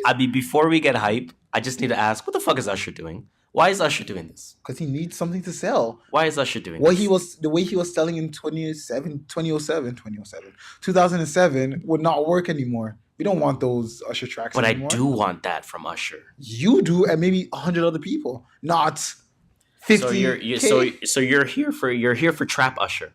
Pretty much, because he teamed up with a hype train engineer. Zaytoven. Call him a hype train engineer. He fixed the hype train whenever it's trying to break down. he does some shit and then puts one of the conductors in charge. The hype train continues. Damn. Yeah. Yo. I liked it from what I heard the first listen we listened to. Yeah, we listened to a couple tracks. Complaints. It's literally Usher singing on trap beats. His voice works well for trap beats. And it was Zaytoven's trap. Is Usher from Atlanta?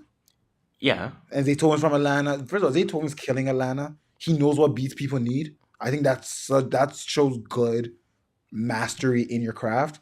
For you to be able to, maybe he did who did he come with? Gucci? Did he come with Gucci? Traplanta? That was Zaytoven and someone else, right? Oh no, it was just his album with a bunch of different artists. Oh yeah, it was. Yeah. And every song there, it felt he made the song for the Trap artist. Holiday, right? Yeah, Trap Holiday. I was trying to remember what it was. Traplanta must have been Gucci's album or something. I don't know, man. All these motherfucking Atlanta artists and trap all have similar names. But I think it shows like he's severely not underrated. I think he is where he should be. I think he's rated adequately. Slept on. I don't even think he's slept on. I think really not. Atlanta is great for the in-house. Yes. Right? So when it comes to that sort of in-house production on the Atlanta scene, Zaytoven's one of the main names. He is. Right? So it's like, who produced it? Do you know, was there a producer on Lil Baby Gunna? Good question. Let me see if I still have a couple weeks left on my title. Free 6 months subscription. Lil Baby Gunna. But like you were saying, I think he is. What were you saying? I forgot what you were saying. In-house, he's the best in-house producer in Atlanta. I'm not gonna say best because that is a take. Like you would have to like really think before you call somebody the best at anything. But I don't know. No, the producer on Lil Baby Gunna. Producer's Turbo. Oh yes, it was Turbo. It was Turbo. I remember. Yeah. I remember his what's Zaytoven's thing? His drop? Yeah. It's just his voice, like Zaytoven. That's it. Oh shit. That's it. Maybe that's why I always forget about it. Think about if you see a hater, call him Joe Budden. You know when they do the drop? Oh yeah, Zaytoven, and then it's that almost like that change of sound, and then it gets into the beat. But yeah, I mean, again, I like what Usher's doing in terms of his voice meshing well with the trap sound. You think he auto-tuned it a little? I don't think he needs to. I don't think he did. I don't think he did. Okay. Again, I gotta listen to it again. I gotta listen to it again, but I don't think he did. The guy can fucking sing his ass off. Yeah, I'm just asking because we're just saying that everyone auto-tunes now. So fair enough. I wouldn't be surprised, but I don't think he should. So this is definitely an of the time type of album. This is not an album that you really bump beyond this year. A year from now, truthfully speaking. After Christmas, you probably won't hear this album. But hey, you get 8 tracks or 7 tracks from Usher as a temporary project. I'll take it. He's going to probably tour on this too. I don't think he'll tour. I think he'll do like a little, not like a massive tour, but like he'll tour with me around Atlanta, a few clubs. Yeah, maybe a couple appearances. Let's move on off of that Usher shit. Let's talk about Belly. Belly dropped his project called Immigrant. Fire project. Belly's really good project overall.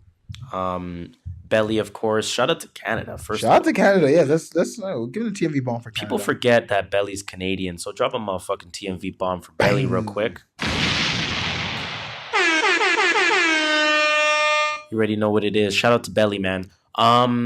Belly is an artist that I used to hate him. I didn't hate him. I just didn't like his music. Like, when he was just like 100% Toronto scene, like he was on like Much Music, Countdown, and that was really it. Pretty much. You know what made me like him? And let me get my pause ready. I don't even think I have a pause soundbite. But let me just find something. What do I want to use? The rewind one. Yeah, you're right. I'm going to use the rewind. What made me really like Belly and what made me really respect Belly was once I started seeing him around Jay-Z. He was around Jay-Z? Yeah. I had no idea. Yep. I think he might even be managed by Roc Nation. Who manages Weeknd? I don't know. Okay, that's a random question. No, because he's signed to the Weeknd's album, and I think the Weeknd's like label is signed to Rock. I could be wrong. Maybe management, or in a long like string of a manager. Yeah, you know how it works. Signed to another, and like the third, fifth person is signed to the Rock somehow. But I think they are somehow related to the Rock. But yeah, no, Jay-Z really respects Belly, and that makes me really respect Belly. And that's a pause because you know what, man, it is what it is. So let me just rewind that real quick. You respect Belly. And let's talk about Belly again. So yeah, no, I really like this project, man. I think it's decent in terms of an overall body of work. Oh yeah, it's decent. Now, personally, I don't think it's as good as Mumble Rap. No, Mumble Rap was better. Yeah, Mumble Rap was his album that came out in 2017. Low-key, one of the best hip-hop albums of the year. It was so slept on. Go back and listen to that. When I was looking at albums of the year, a lot of people put it in like their top 10, top 15 albums. Absolutely. Mumble Rap. Absolutely, and I'm happy for that. He had some fire features too. He had like Future on it. Yep. Like the French verse. So that track, Dust, it was called Dust featuring French. French came out hard. I was like, French can spit? French has those one verse a year where you're like, damn, French, no wonder you're a rapper. And then he goes back into no stylist. Now, what did you think about the project overall? I liked Belly ever since Mumble Rap again. Like, I gave Mumble Rap a shot. I thought Mumble Rap was going to be shit. I gave it a shot, and it turned out I was listening to Mumble Rap for like a good few weeks straight on my way to work. So I gave this one a shot, and it didn't disappoint. Like you said, Mumble Rap I feel like was better as well. Yeah, I feel like Mumble Rap felt like just a more complete project in that sense. Yes. But when you listen to Belly on Mumble Rap, you kind of get what's that word I'm looking for? A feel. How did I forget the word feel? You get a feel for the way he raps and what he raps about. Right. And this just felt like a continuation of that. Good point. Like a little brother to that. That's what it felt like. And I'm not complaining. It was a solid project. Everyone should give it at least one spin. The title track I liked a lot. So the title track was obviously called Immigrant. That was the track that was featuring Meek Mill. See, he gets these features and you're like, what the fuck? Again, let's talk about the influence here. No, I get it. Rock Nation, Meek Mill, say less. I agree with that. But I'm saying that's how Belly, that's why I think, anyway, go on. It feels like Meek Mill has leveled up lyrically. Has he? I got to take in this song more. Because at first I said to myself, yo, Meek is getting deep now. But I'm like, chill. Meek has always been deep. Pause. Meek has been deep. Pause. Always been deep. Ask Nikki. Nikki, has he been deep? Super pause, and I don't want to ask that question. Super pause. That's a hell of a pause. I definitely don't want to ask that question. You know what I'm saying? That's going to be Nikki's response when I ask. Damn. But like for me, it feels like, yes, Meek's lyrics have always been deep, or at least some of his songs. But it feels like he's found like a different lane of depth in his lyricism, a different lane of depth in the actual message that he's sending. Because when you think about the track name itself, Immigrant, Trump, U.S., Immigrant, Black. Yeah. You know what I'm saying? So you can kind of put the pieces together and already know where it's going. But between like Meek has features this year, man. The Hefe feature on the T.I. track. Yes. The Immigrant feature on this Belly track. What else is he on? He's on something. He's on like 3 other sick features. I can't remember. But he came out with that EP. That was fire too. That was fire. What else did I like? I like that track called Numbers on the album. That was good. Dust, like featuring French Montana, like I said already. And like I said, man, I used to really hate on Belly back in the day. Jesus. I didn't hate him. I just thought he was overrated. I definitely do look at him now as a high-level MC. I truly think he is a high-level MC. And it got me thinking. It really got me thinking. 2 sidebars. And I remember sidebars this time because I wrote them down. Sidebar. 2 sidebars. So sidebar number 1. Speaking of Belly and speaking of, used to hating on him, and now I do think he's a high-level MC. Are there any artists that you can think about that you used to hate and now you like? And why, and what made you turn the tide? You know what? I want to say Lil Pump. I know this may sound out of like the blue, but I actually really not like Lil Pump. Like I was like, I never listened to his music. So you used to be smart, got it. And then I was like, you know what? Fuck it. Like, let me see what he's about. And I like his energy in the music. It's like Tekashi 6ix9ine. I used to hate Tekashi 6ix9ine too. It's actually all a lot of hype niggas. I used to hate these guys. And I'm like, you know what? Forget like the content of the music. Does it make me hype? Like, if I'm trying to like get ready and I just want to blast something while I'm getting ready. It's almost like you lowered your expectations. Pretty much, yeah. I lowered my expectations for them and I started to enjoy it more. And that makes sense. There's just 2 people, I guess. I'm trying to think if there's anyone else that comes to mind. I'm trying to think of someone like a lyrical rapper. I didn't hate J. Cole. I just never really bumped him. Like when everyone else, like when the Come Up and the the cold out or whatever it's called. The come up, the warm up. Yeah, when that shit, like when you guys were going to his concert, I didn't hate him. I was like, I never listened to his music. Never really checked for. But yeah, I mean, yeah, and that's kind of what I mean. It's like let me re-ask the question. An artist that you never really checked for before, where you were aware of their stuff, but you just never checked for it. Oh, okay. And now you are into their stuff. Now, if they drop something, you know you're gonna listen. Yeah, like Logic. Logic was one of them. I didn't start listening to Under Pressure, but then after Under Pressure, I listened to his backlog, and I was like, oh damn, he was definitely slept on. But I've heard of him. And J. Cole, like I said earlier, just word. It was on the Sideline Story. I was like, damn, this nigga kind of nice. Pause. Super pause. Second sidebar. You didn't answer the question. I said I brought up the topic. I said you got to answer the question too. I said though. belly. That's all I got. Belly I can't count. think. I can't think. Let me think. Ooh, The Weeknd. That's a huge. I actually used to not like The Weeknd up until the one with Starboy album. The Starboy album. I still don't really bump Weeknd. And then that's when I was like, yo, The Weeknd kind of nice. And then he came out the Drake concert. I'm like, yo, he's still kind of nice too. He can sing really live. I can't think of anyone. So, yeah, that's on. Huh. Kelly. But that was just off one song. I just didn't want to bump his song. I thought he was going to fall off the hype train. But then on it. He released another song and he got a better seat. Still on it. Doing international shows, man. Shout out to Kelly. Shout out. Lil Xan. I'm joking. I fucking hate that guy. Yeah, he's trash. He's trash. He's so doo-doo. He's super trash. So garbage. Second sidebar. And let's give a quick, again, shout out to Boozy Fade again. Give him a motherfucking TMV bomb. Give him a motherfucking air horn. And I give them a shout out because I posted this second sidebar in that Facebook group. Kind of got me, it all comes sort of full circle. Who is an artist? Now, this had nothing to do with Belly at the time, but it kind of relates to the question that we just asked. Who's an artist that you really rocked with before? That now you don't really F with their stuff? I won't even lie to you, Eminem. When I was in high school, I used to love Eminem. No, I remember. You were a fucking huge Eminem fan. I like his Slim Shady stuff where he talks like with the dark shit. Like I like that stuff. It entertains me. Like I don't know. It seems entertaining. As fucked up as it may sound, I'm actually entertained by it. Well, it's music. Well, he released it via a form of entertainment, so exactly. I don't think it's fucked up too. So I used to love it, but then lately I just been like, he kind of whack. Let's be honest. Like other than those type of shit, he was whack. What about Kamikaze? Do you go back to it at all? Some tracks. Fair enough. Like I don't care to listen to it again. I'll probably listen to it again eventually in a few months. Let it sit. I have the perfect answer for this question for myself. Go. Trippie Redd.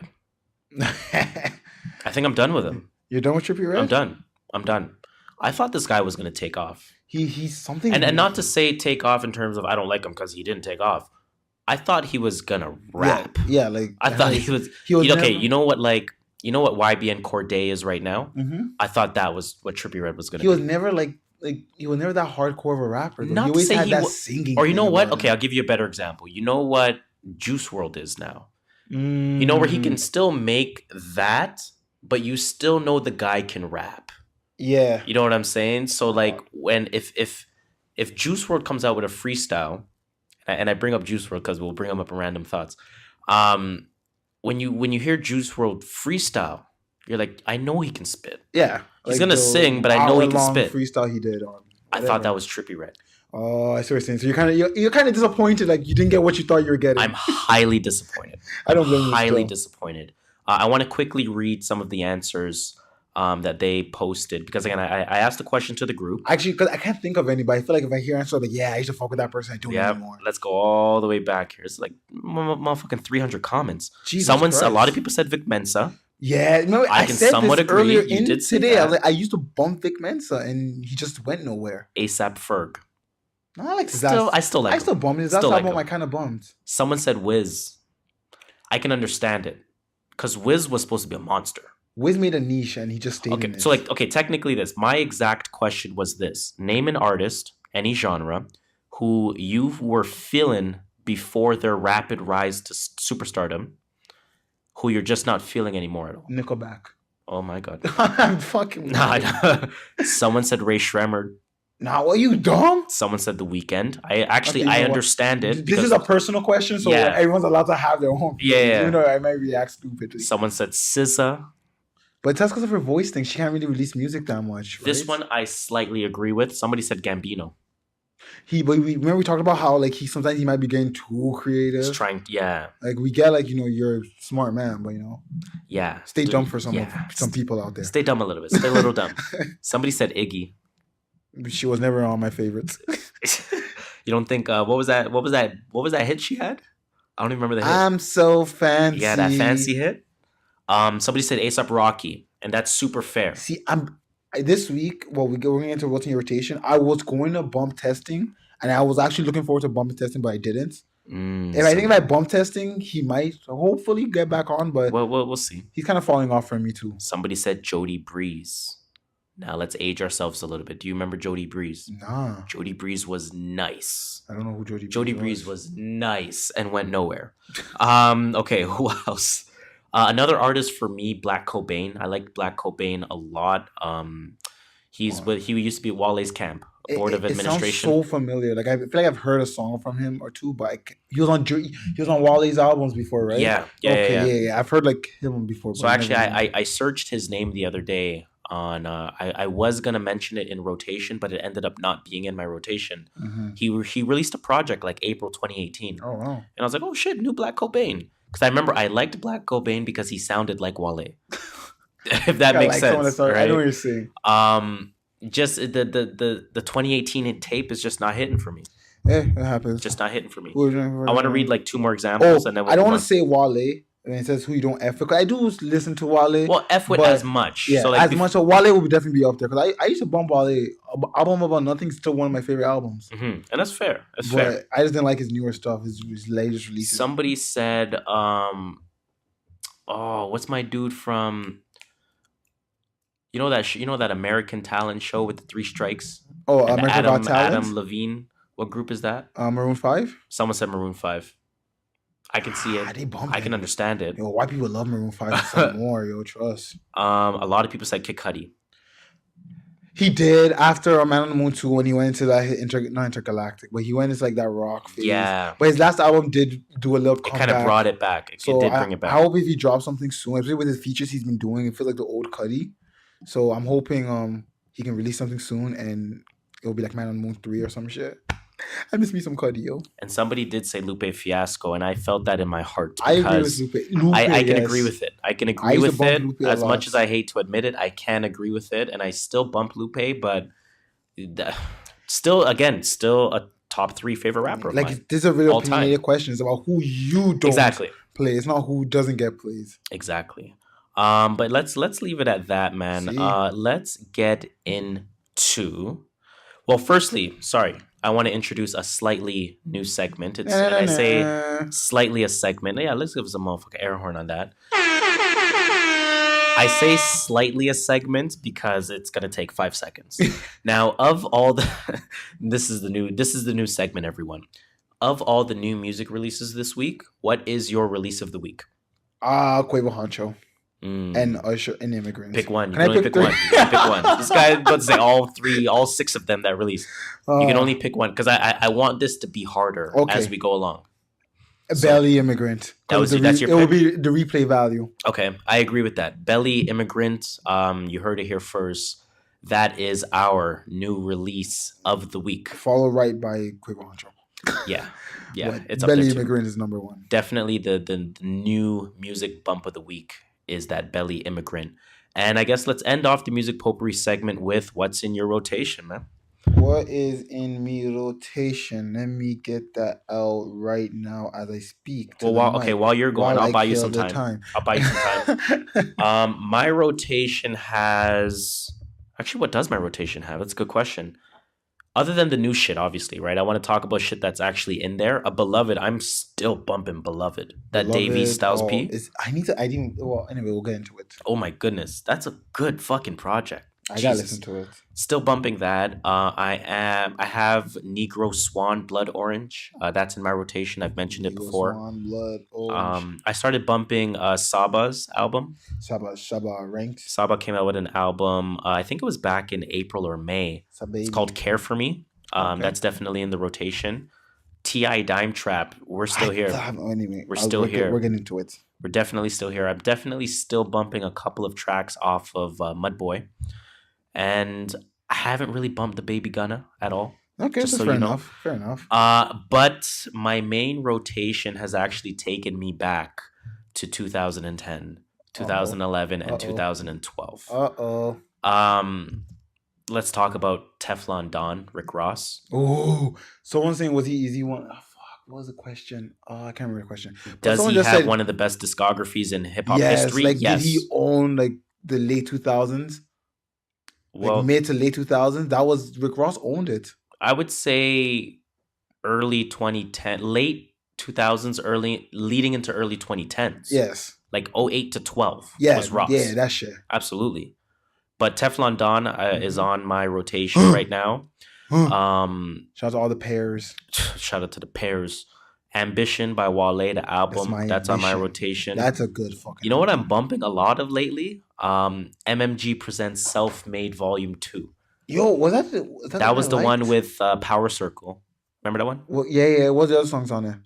The one with the Maybach O on that, the Marion song. Fucking This Thing Is Ours. No, not that one. That was one with All Birds. Yeah, okay. Yeah, I like that one too. MIA is the Marion song I'm thinking of. Remember? Remember that song? My new lady says she leaving me. I fuck around, care. Anyways, that's in my rotation. I'm definitely going back to 2010, 2012. It's weird because I tweeted this as well. When I list, like, to me, that was my personal golden age of music. 2010. I can almost pinpoint it to 2010, right? But obviously the surrounding years beside it. I remember listening to music back then, thinking about where I was going to be 8 years from now, 10 years from now, and now we're here. It's trippy. Hey, I'm just leaving it at that. It's fucking trippy. Everyone has that year where they're like, shit, just life hits them and just like, yo. 2010 was that year for me. It happens, man. Good to know. What's in your rotation? What's in my rotation? So this week, I actually did not bump a lot of music. This happens to me all the time. You guys know this on the podcast. I get music out sometimes. Gotta take a break. Especially with all this music that's been dropping. But I did try and listen to a few stuff. I listened to a little bit of Mudboy. A little bit of Carter 5. Carter 5 just stays weekly. I don't know why. A little bit of Future too. That shit, I don't know. I just feel like listen to Future. Okay. And then what track? But like what projects though? Oh fuck! I gotta find it again. Oh whatever. Who cares? Too much work. It was some of the older stuff. It was some of the older stuff though. Just like a bunch of like his favorite stuff. And then of course Icebreaker by Lil Barrett. It's quick. It's a quick album. It's like let me see how quick it is. Stays in the rotation. It's only 25 minutes. So literally half my ride from work, I'm listening to it. Quavo Honcho, even though it came out Thursday night, I bumped it all of Friday pretty much. And Immigrant. That's really about it.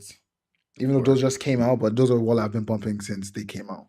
Well, I mean, that's fair. But this week, fair. I feel like I will get it. I've been itching for music since Thursday night, so this week I will bump a lot of music, a lot of old stuff too. I do want to listen to Testing. That's top of my list. So I want to give Testing your homework is to put Testing not necessarily in your rotation, but at least let's get a motherfucking spin from Testing. Yes. So you can understand in today's just how good that album is. Yeah, because someone else told me that too. Someone was like, yo, you got to take in Testing. I'm like, I didn't like it. Like, yo, you're not thinking about it in the right way. It's true. It's not a lie. So, I mean, that we'll leave it at that in terms of what is in our rotation. And let's also leave it at that in terms of our music potpourri segment. That's it for music, guys. An hour and a half on music, but we good. Let's get into the entertainment report. Woo-hoo. Now, I want to talk about James Gunn and I want to talk about Suicide Squad. Wasn't James Gunn canceled? James Gunn was apparently canceled. But now he's not canceled anymore? Exactly. So I want to talk about this a little bit. So Warner Bros., of course, they're the ones behind Suicide Squad. They decided to hire James Gunn, obviously, to write a new Suicide Squad movie.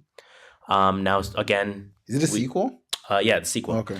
James Gunn, obviously, is the gentleman that was going to be Guardians. Yeah, he did the first two Guardians. Yeah, and he was going to do the third one, but he had a past that was a little troubled in terms of tweets that he's done. Mm-hmm. He's already apologized for it. He apologized before this tweet even came out. Yeah, he apologized way before the tweets came out. How you canceling a man that even apologized? They came out, and then he apologized again.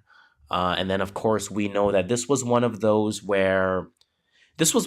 cases where people were on his side, I'm on the side on this one, right? So like, even forget the Suicide Squad. No, I'm just saying in general, like on his tweets, I'm on his side. On his side. So like the cast members, for example, they stood firmly behind him. Most Marvel super fans were like, dude, like leave the guy alone. Like, Disney is not quite the healthiest company, so like don't get rid of this guy that hasn't quite done anything wrong, or if he did do something wrong, he already apologized for it. So it's like, why are we canceling him? Why are we shunning him when we shouldn't have? I'm not canceling him. I think he apologized. First of all, everyone changes. Like, I'm pretty sure if you go see some of my old tweets, you'd be like, what the hell were you on? But I'm just saying, we all grow up. How many years ago was this? He apologized in a tweet. So I don't see, he's not apologizing now that it came out. He apologized back then when no one knew who he was, when he probably had 1,000 followers. So there's no need to cancel him. I don't feel the offense in him. And he makes some solid-ass movies, because Guardian 1 and 2 are pretty good movies. And Suicide Squad is about to be a fire movie with James Gunn under the belt. Well, that's what it comes down to, right? So, it's obviously this is one of those situations where you keep your friends closer and your enemies closer. DC said, hey, man, Marvel, you don't want this guy? We'll take him. Send. Shout out to DC. We'll definitely take him on board. And I don't know if you remember this discussion. We asked, because DC had Teen Titans Go at the time. Watch that movie. No. And Marvel had everything. And we were saying, what the fuck does DC need to do to get their name back to relevance to some capacity, right? Not to say they're irrelevant, but Marvel obviously is the bigger brand. Taking over them. It's overshadowing them. Is this a step? This is a step, yes. Right? Do you think this is just... Is this just... this is what I'm trying to ask. Is this DC just simply hiring James Gunn? Or is this DC intentionally getting somebody from a Marvel series that worked to apply his logic to the entire camp? The latter. Because he's shown his worth. Like, he's shown I can make comic book movies with ensemble cast work. Guardians of the Galaxy had 5 different casts, and we still remember all of them because they all he all made them seem unique. And you know what the craziest thing is? And that's what Suicide Squad is. And I feel like they know that DC's been on a they've been shit lately. So declining. So they know this may be their last and only saving chance of... Suicide Squad was the best movie, and it wasn't even that great. And that's what I'm most interested in. I'm very interested to see what does James Gunn do to elevate that series, because let's be honest. Art is art. Let's be honest. Who the fuck are the Guardians of the Galaxy? Until the movie came out, you did not know anything. No idea about them. About the Guardians of the Galaxy. I had no idea about them. I'm not even going to front. You know what I'm saying? I'm seeing a raccoon. I'm seeing Batista. I'm like, what the fuck is going on my screen? Batista's out here acting. Fake storm-looking girl. A tree's talking. Keep in mind, I don't watch Marvel movies, so I apologize if I sound stupid. No, that was Zoe Saldana, no? Yeah, okay, no, shout out to Zoe Saldana, man. Shit. What's wrong with me?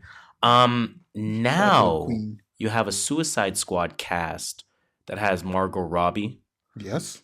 William Smith. Who else is on that cast? The black guy, I can't remember his name, but he's Nigerian. I know him. I'm forgetting right now. The girl, Kendall Jenner's best friend, Cara Delevingne, yeah. The Spanish guy, I can't remember his name either. Antonio Banderas. No, I'm joking. Not him. The only Spanish person we know. But you're working with a bigger cast. More professional. Not professional. Well, we don't know. More we don't know. I'm just saying they've done more movies. That's what I mean. They have better resume. Not better resume, just longer resume. Longer resume. More accolades. Yeah. More accolades if you want to call it. Will Smith has worked on more movies than Chris. Is it Chris Pratt? Yeah. Definitely has. So that's what I mean. People. That's what I mean. Professional. They just know shit already.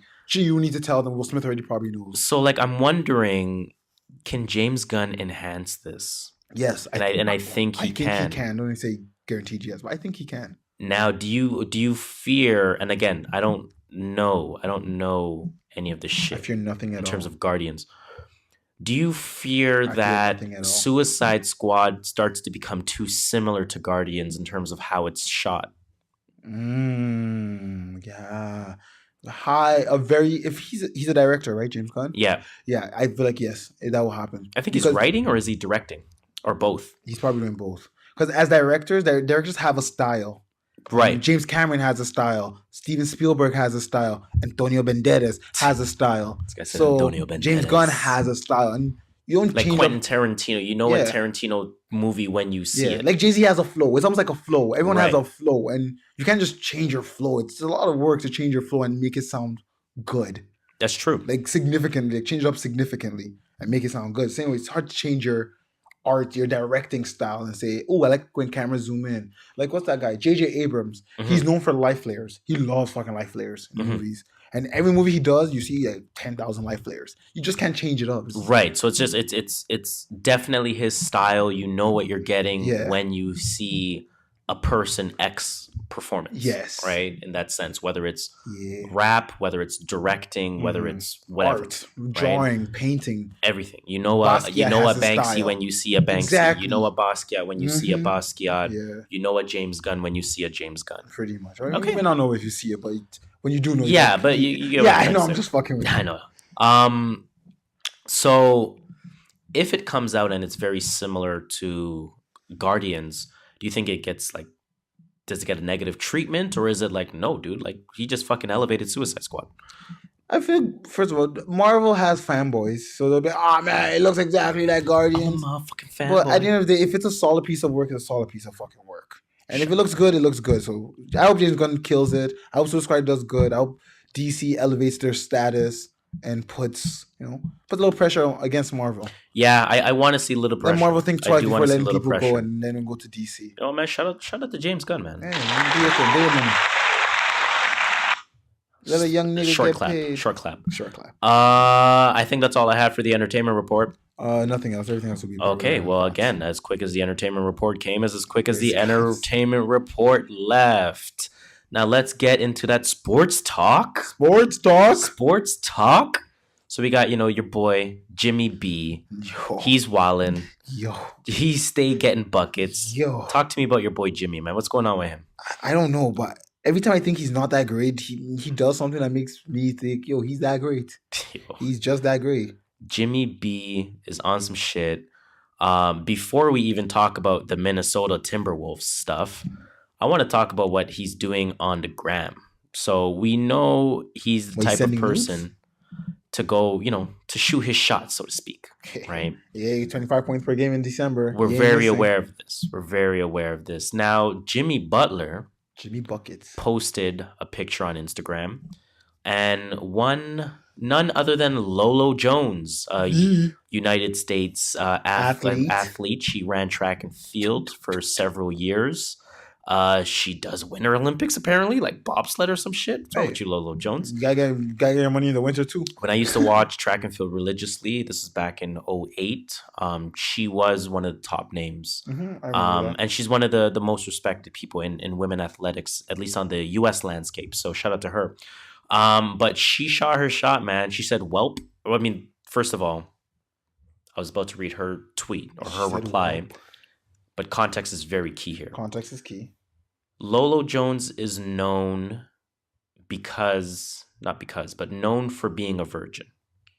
She's 35 years old and she's a virgin. Okay, do you, girl? Something like that.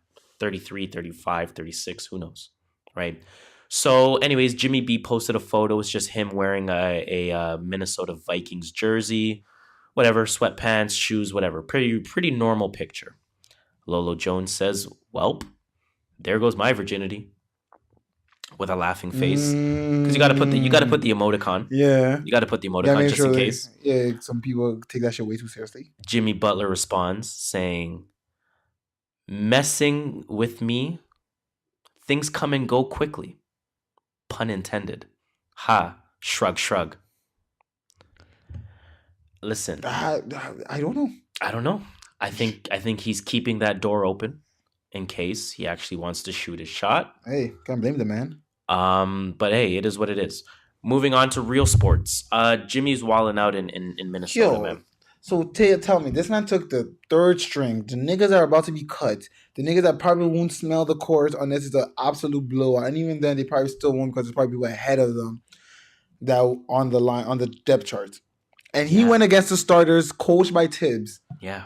And he's killed them. See, that concerns me. That concerns me. How good is Wiggins and Cat really? According to what I read, is that Wiggins and Cat know they're young. So they're not trying to win now. Like, not like they're not trying to win now, but like they know like they're still going to grow. They know they have years. Yeah, Jimmy Butler's 30 years old. Cat is like 21. Wiggins is like 22. So like they know like by the time I'm 26, I can be a bona fide star. So I don't need to be busting my ass. Like not busting, they're still busting their ass, but I get what you mean. It's not do or die for me right now. Yes, exactly. Whereas Jimmy Butler knows it's do or die, and he's in his prime.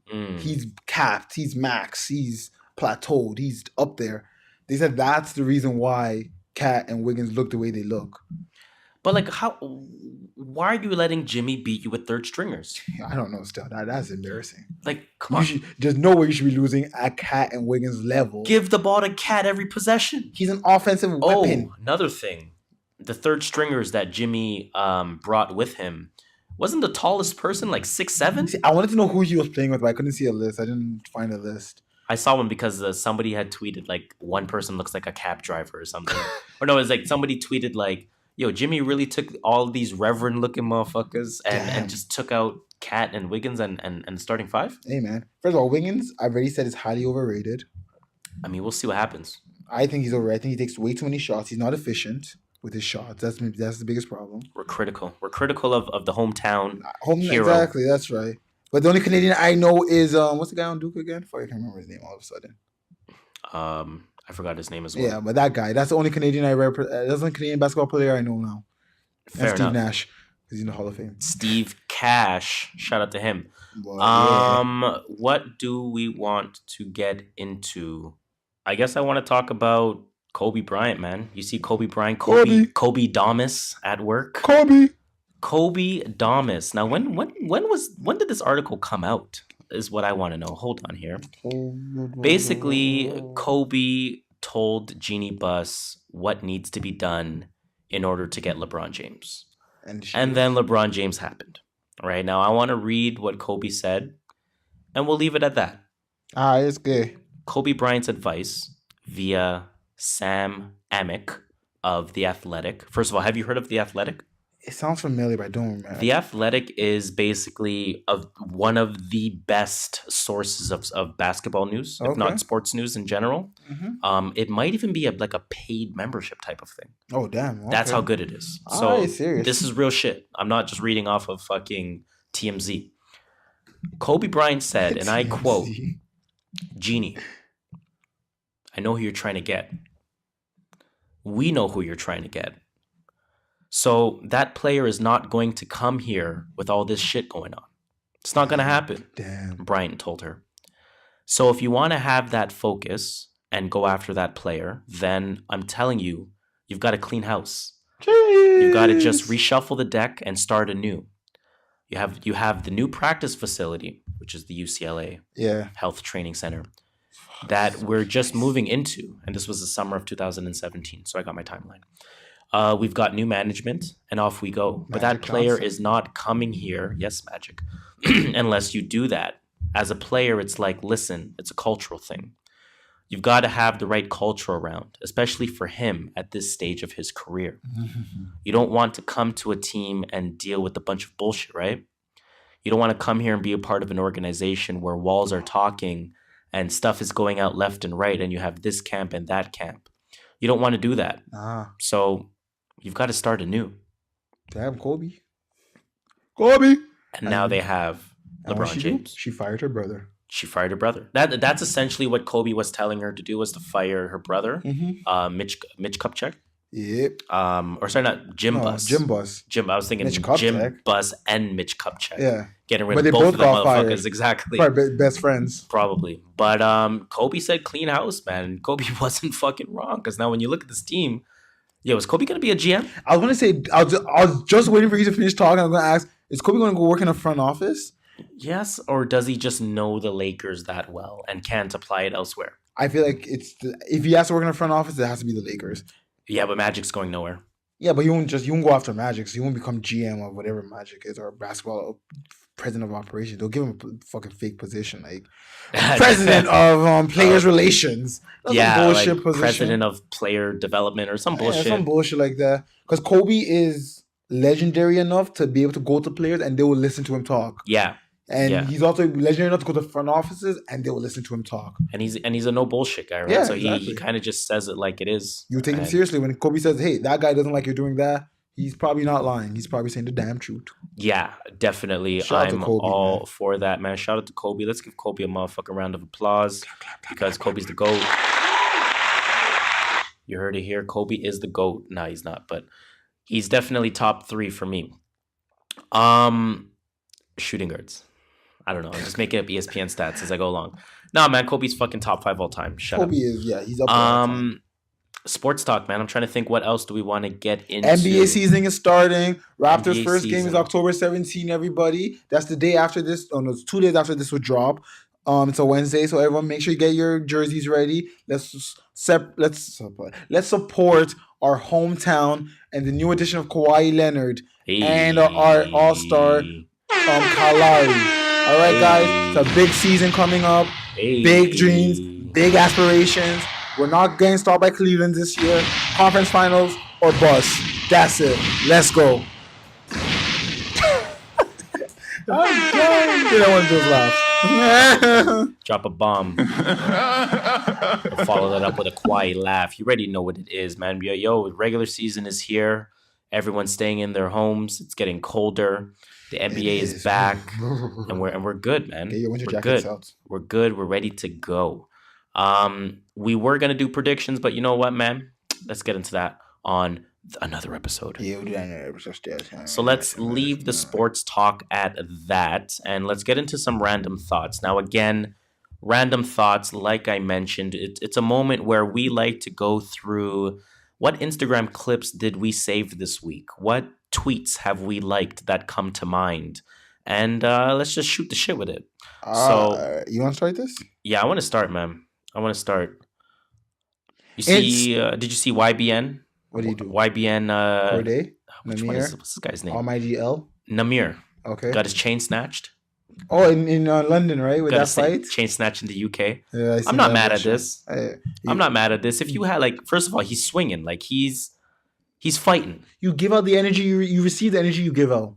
At the end of the day, I don't even think he's giving out energy per se. Man. You go like the energy of I'm a gangster, don't steal my chain. Niggas are going to see your chain. But again, I don't think he really spits that energy. I just think he's a 5'7", 120-pound kid who is exposed with money on his neck. He does. It's known, like, in his rap songs, everyone's like, he's a fake gangster rapper. I mean, he raps about all these gang stuff, and he's like, everyone's like, yo, nigga, you're like 17 years old and you played COD online. I'm not gonna say nothing in case they come find us.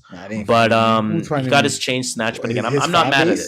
I'm not mad at the chain being snatched. Like, who gives a fuck? So he got it back. He had a snap of him. You get caught, wrong place, wrong time. It happens. Yeah. It's life.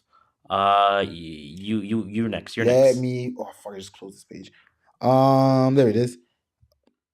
Chris Brown came out on stage at Drake concert. Another reunion again. Yeah, beef squashed. How many reunions have Drake did this year? It's 2 squashed already. Is it just the Meek and the Chris? Those are 2 biggest beef. Weeknd didn't come out this year on Drake's stage? He never had beef with the Weeknd. I thought they had beef. When? I'm tripping. Drake didn't make no other appearances? Nobody made appearances on Drake's stage this year? Oh, no. Travis Scott was in Toronto's show. No, but like someone he had beef with. No, that's it. It's only Meek and Chris Brown. Interesting. Okay. Yeah, it was at his first show in New York, I think. Oh, no, Staples Center, LA. Fair enough. What do I got on the saved post here? Oh, I like this. Instagram announces that it will implement technology that can detect bullying. I don't know how you can do that, but shout out to Instagram. Shout out to that because a lot of trolls are about to get their way the fuck up out of here. Yes. So I'm happy for that. Lil Yachty go ahead. Is dropping an album October 19th. Oh, word. This Friday, upcoming Friday, next Friday. It's going to be 14 songs, sorry. 14. 7 rap, 7 melodic. Melodic? Yeah, melodic. Melodic. Yo, this episode is called Melodic. Yo, this guy said melodic. I'm fucking it's 7 dead. melodic songs. Oh my god. Oh my goodness. Melodic. Okay. Interesting. I wonder what he means by that. Juice WRLD type of melodic. You know how he does that singing. He has like a weird singing thing he does sometimes. Yeah, it's probably going to be some of that. Yeah, I'm cool with that. This one just came out. Apparently Vegas. Now Vegas is never wrong. Remember when Vegas said Kawhi's coming to Toronto? Vegas is funny, yes. Well before it happened. I found out Vegas is like it's an entity, but we call it as just one person. Word. So now there is, and I didn't check the odds on this yet, but there is conversation going around. The odds suggest that Lonzo Ball will not be a Laker to start the 2019-2020 NBA season. I don't believe that. Too far ahead? Too far ahead. Fair enough. Actually, and my last one is actually has to do with Lonzo Ball. Let's hear it. He's been contacted by the NBA to cover his BBB tattoo. That one I saw earlier today or yesterday. They did it with J.R. Smith. They did it with J.R. Smith and Supreme. It's a brand. It's and a brand, NBA is branded by Nike, so it's like, why would I? That's crazy. That's unreal. That's crazy. I think I have two more. I have one more. Actually, I have one more if you have time. Okay, then yeah, we do have time. There was a creepy Houston cop that was caught taking photos of a woman's butt at the Drake and Migos concert. That is whack. He is now under investigation. Basically, he was standing with his trash phone. It is an iPhone X, though. It's his trash iPhone X. I'm just looking at it. I'm better like, than hey, my phone, but you know, it's trash. Yeah, and then oh my goodness, I don't even want to know what happens next. But hopefully, he gets all kinds of wrong treatment and all kinds of punishment. No shout out to him. Let me get one more. You say yours, and then I want to end mine off with a bang. Mine's about Khabib. No. Oh wait. Was that one of yours? That wasn't. Okay, it was, but it wasn't. Okay, let me say mine first. You say yours, and then I'm gonna end mine with a bang. Okay. So there's a couple of Christian bakers. They face $135,000 fine. They refused to make cake for a gay wedding. It's not the first time it's happened. It's not the first time. Not the first time, but it's not gonna be the last time. What do you feel about that fine? Like, how do you feel about that? Why would you not want to make cake? Someone's giving you money, nigga. Make the damn cake and get the fuck out. I see both sides of the coin, though. I don't. If you're a brand that does certain things, and especially if you're a Christian bakery, and you're strongly opposed to gay, and I'm not saying whether it's right or wrong that you're opposed to that discussion. Now again, I'm saying this on two coins, so I get it. Both sides of the coin. I mean. Yeah. If I'm the consumer, why am I trying to deal with that business? I don't fuck off. I'm going to another business. I do get what you're saying. But I get it because if I'm the consumer, why the fuck aren't you making my shit? I'm going to give you the hardest time possible. You know, now they got fined. The only thing to combat what you're saying about why would you go there is it's kind of like, and this is why I always just compare it to is like racism. It's like, as black people, we're like, well, why did you walk with your hoodie up? It's like, why should I not be able to walk? Why should I not be able to walk with my hoodie up? Good point. So it's for the game, like, why should I not be able to go to a bakery they probably like? They probably been there to eat their cupcakes before and didn't know they were gay. Good point. And then now they found out, it's like, oh, well, we're not going to make cupcakes. Yeah, like that's a good point because maybe they had shit. Maybe let's say they're regular customers as individuals. Yeah. The two men or two women. I don't know if it's men getting married or women getting married. And now all of a sudden, these two regular customers come to you and say, hey, we want to make a cake. Both top pieces are the same gender. And then you're like, whoa, chill, hold up. We don't do that shit. We don't do that. Yeah, I get it. You're right. Okay, what's that Khabib shit? Khabib threatened to, I guess his teammate that hopped the fence to punch McGregor after the fight. We all know what happened, and I'm not going to explain to y'all. That was Zubaira, yeah. They threatened to kick him out of the UFC. Well, and Khabib threatened to quit, saying, look, it goes both ways. You can't just, like, McGregor's guys threw punches too. Words were said. It is what it is. Fine us, we're fine. But he's like, if they fire Zubaira, he's gonna quit the UFC. Too. And I don't blame him. That's it. That's it. Stand up for your people, man. Because again, that's his camp, right? Like, just knowing a little bit more about UFC, that entire Russian camp of fighters is his. First of all, they're all fucking monsters. They're all really good. I've made money off of all of them. But yeah, man, if you're gonna get, first of all, the guy that hopped in the cage with Conor, that guy's a beast. That guy is a beast. Did you see how he hopped to the cage fully clothed? My goodness. That shit was smooth as hell. My goodness. But shout out to Khabib on that, man. Stand by your people. Where's your bang? I want to end it off with a bang. I want to end it off with Juice WRLD's Eminem, My Name is Freestyle. What? I didn't even hear this. Nah. Yo, Juice WRLD's going in, and I want to go to Juice WRLD concert. Juice WRLD's going in, fam. Let me just play some of this, and then we'll get off this random thoughts segment here. Hi, my name is Mr.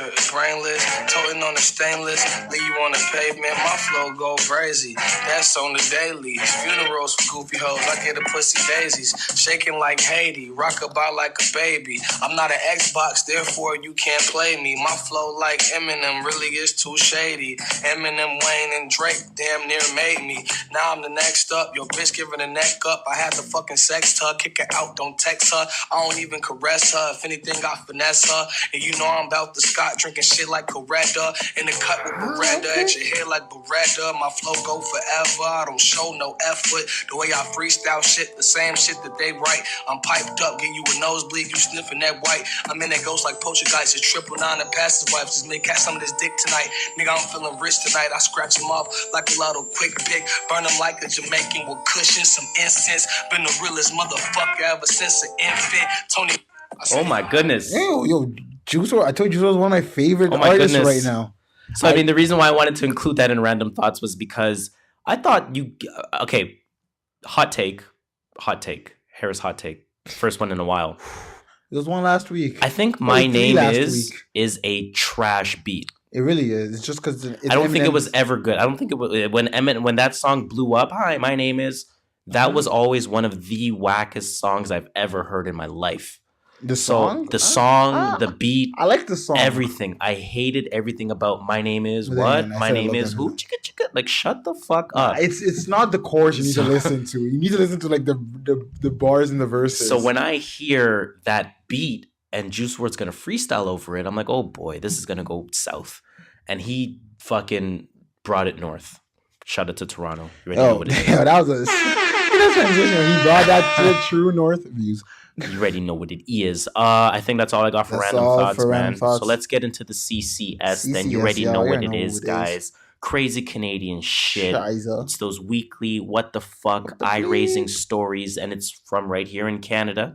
Now, sometimes it is in our backyard from right here in Toronto, and in other times, it's from random places. And we're just as clueless as you are. Trust. Let me get to mine first, because yours is more entertaining. Mine is about a mother of a young child who was charged with impaired driving causing death. So the body of a 3-year-old was found 2 months after he went missing. This mother, apparently, she's 35 years old. She lives in southern Ontario. I don't even want to pronounce the name of the town. Amarand? Who knows? Southern Ontario. And what she did basically was she went around a road closure sign. I don't even know exactly how this happened. I can't even really envision this. But her minivan wound up being in the Grand River around 1 a.m. The fuck? Yeah, I know. I can't even envision this. And as they were trying to exit the vehicle, southern Ontario, some town.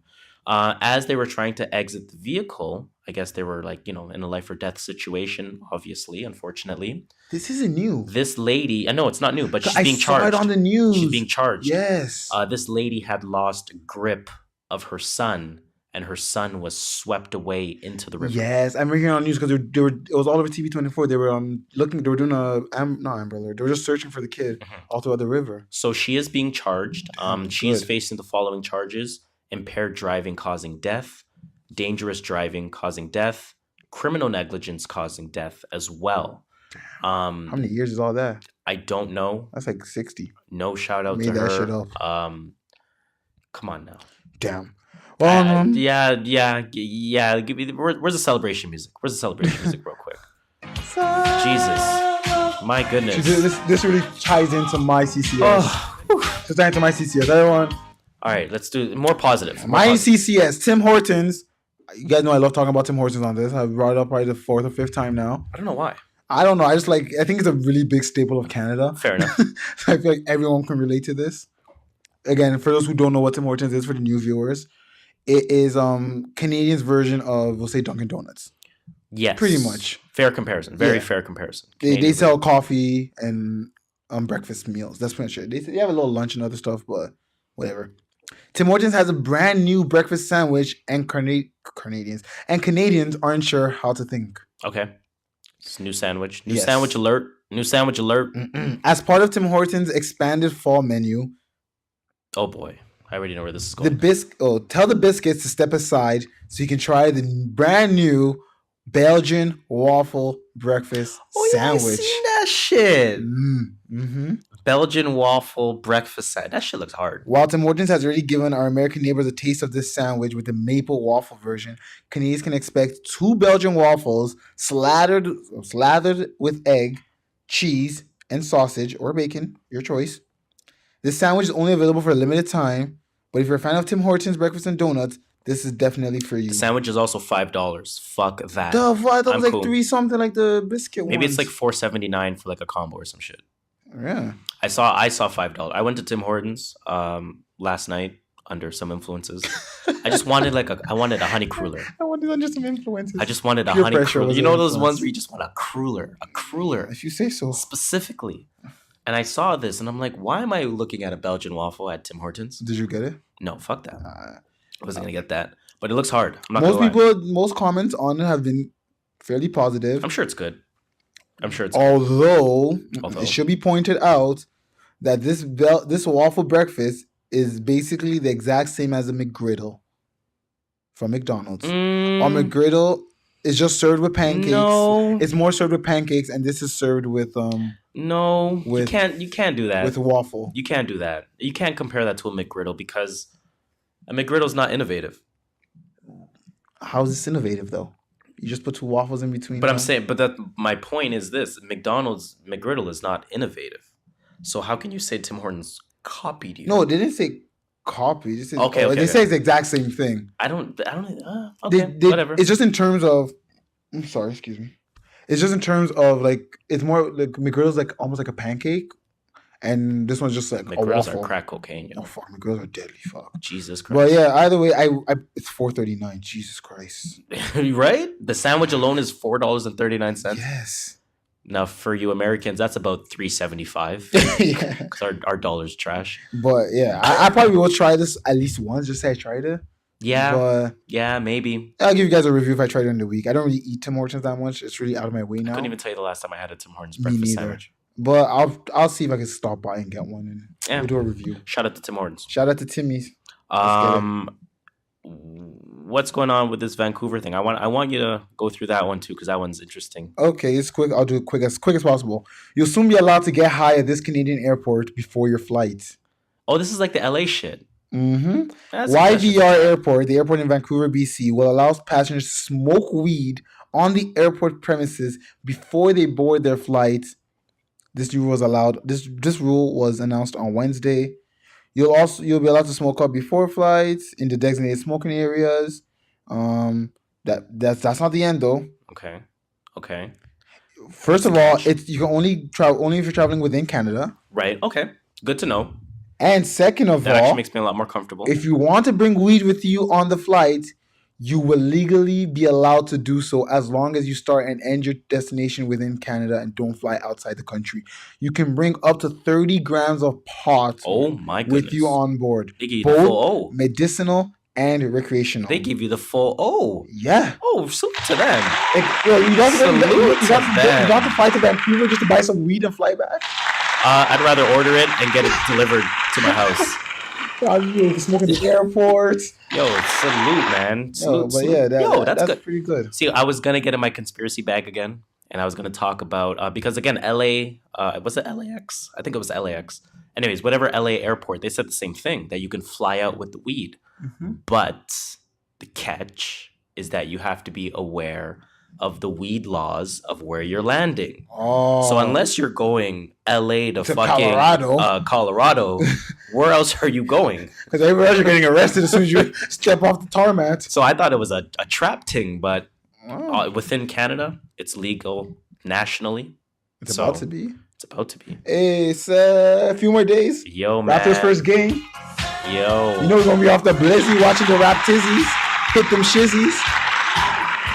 Yeah, that's crazy. I can't believe weed is actually going to be legal. To smoke and a cop walks by and be like, what up, officer? I'm in my lawn. Not only that, man, just to be able to walk around with it as we can walk around with it as black males, bro. Like that's true. That to me is the most mind-boggling part. That's true. I feel you. That to me, like, that's a discussion for another day, man. Let's end it there. Cue the violins. What were we saying? Is it from the Hulk or Jurassic Park? There was a big debate after the podcast ended. Some few people in the rooms decided to argue where my source for that music was from. All right, cue the violin. Cue the violin. That being said, does bring us to the unfortunate end of another episode of the True North Views podcast.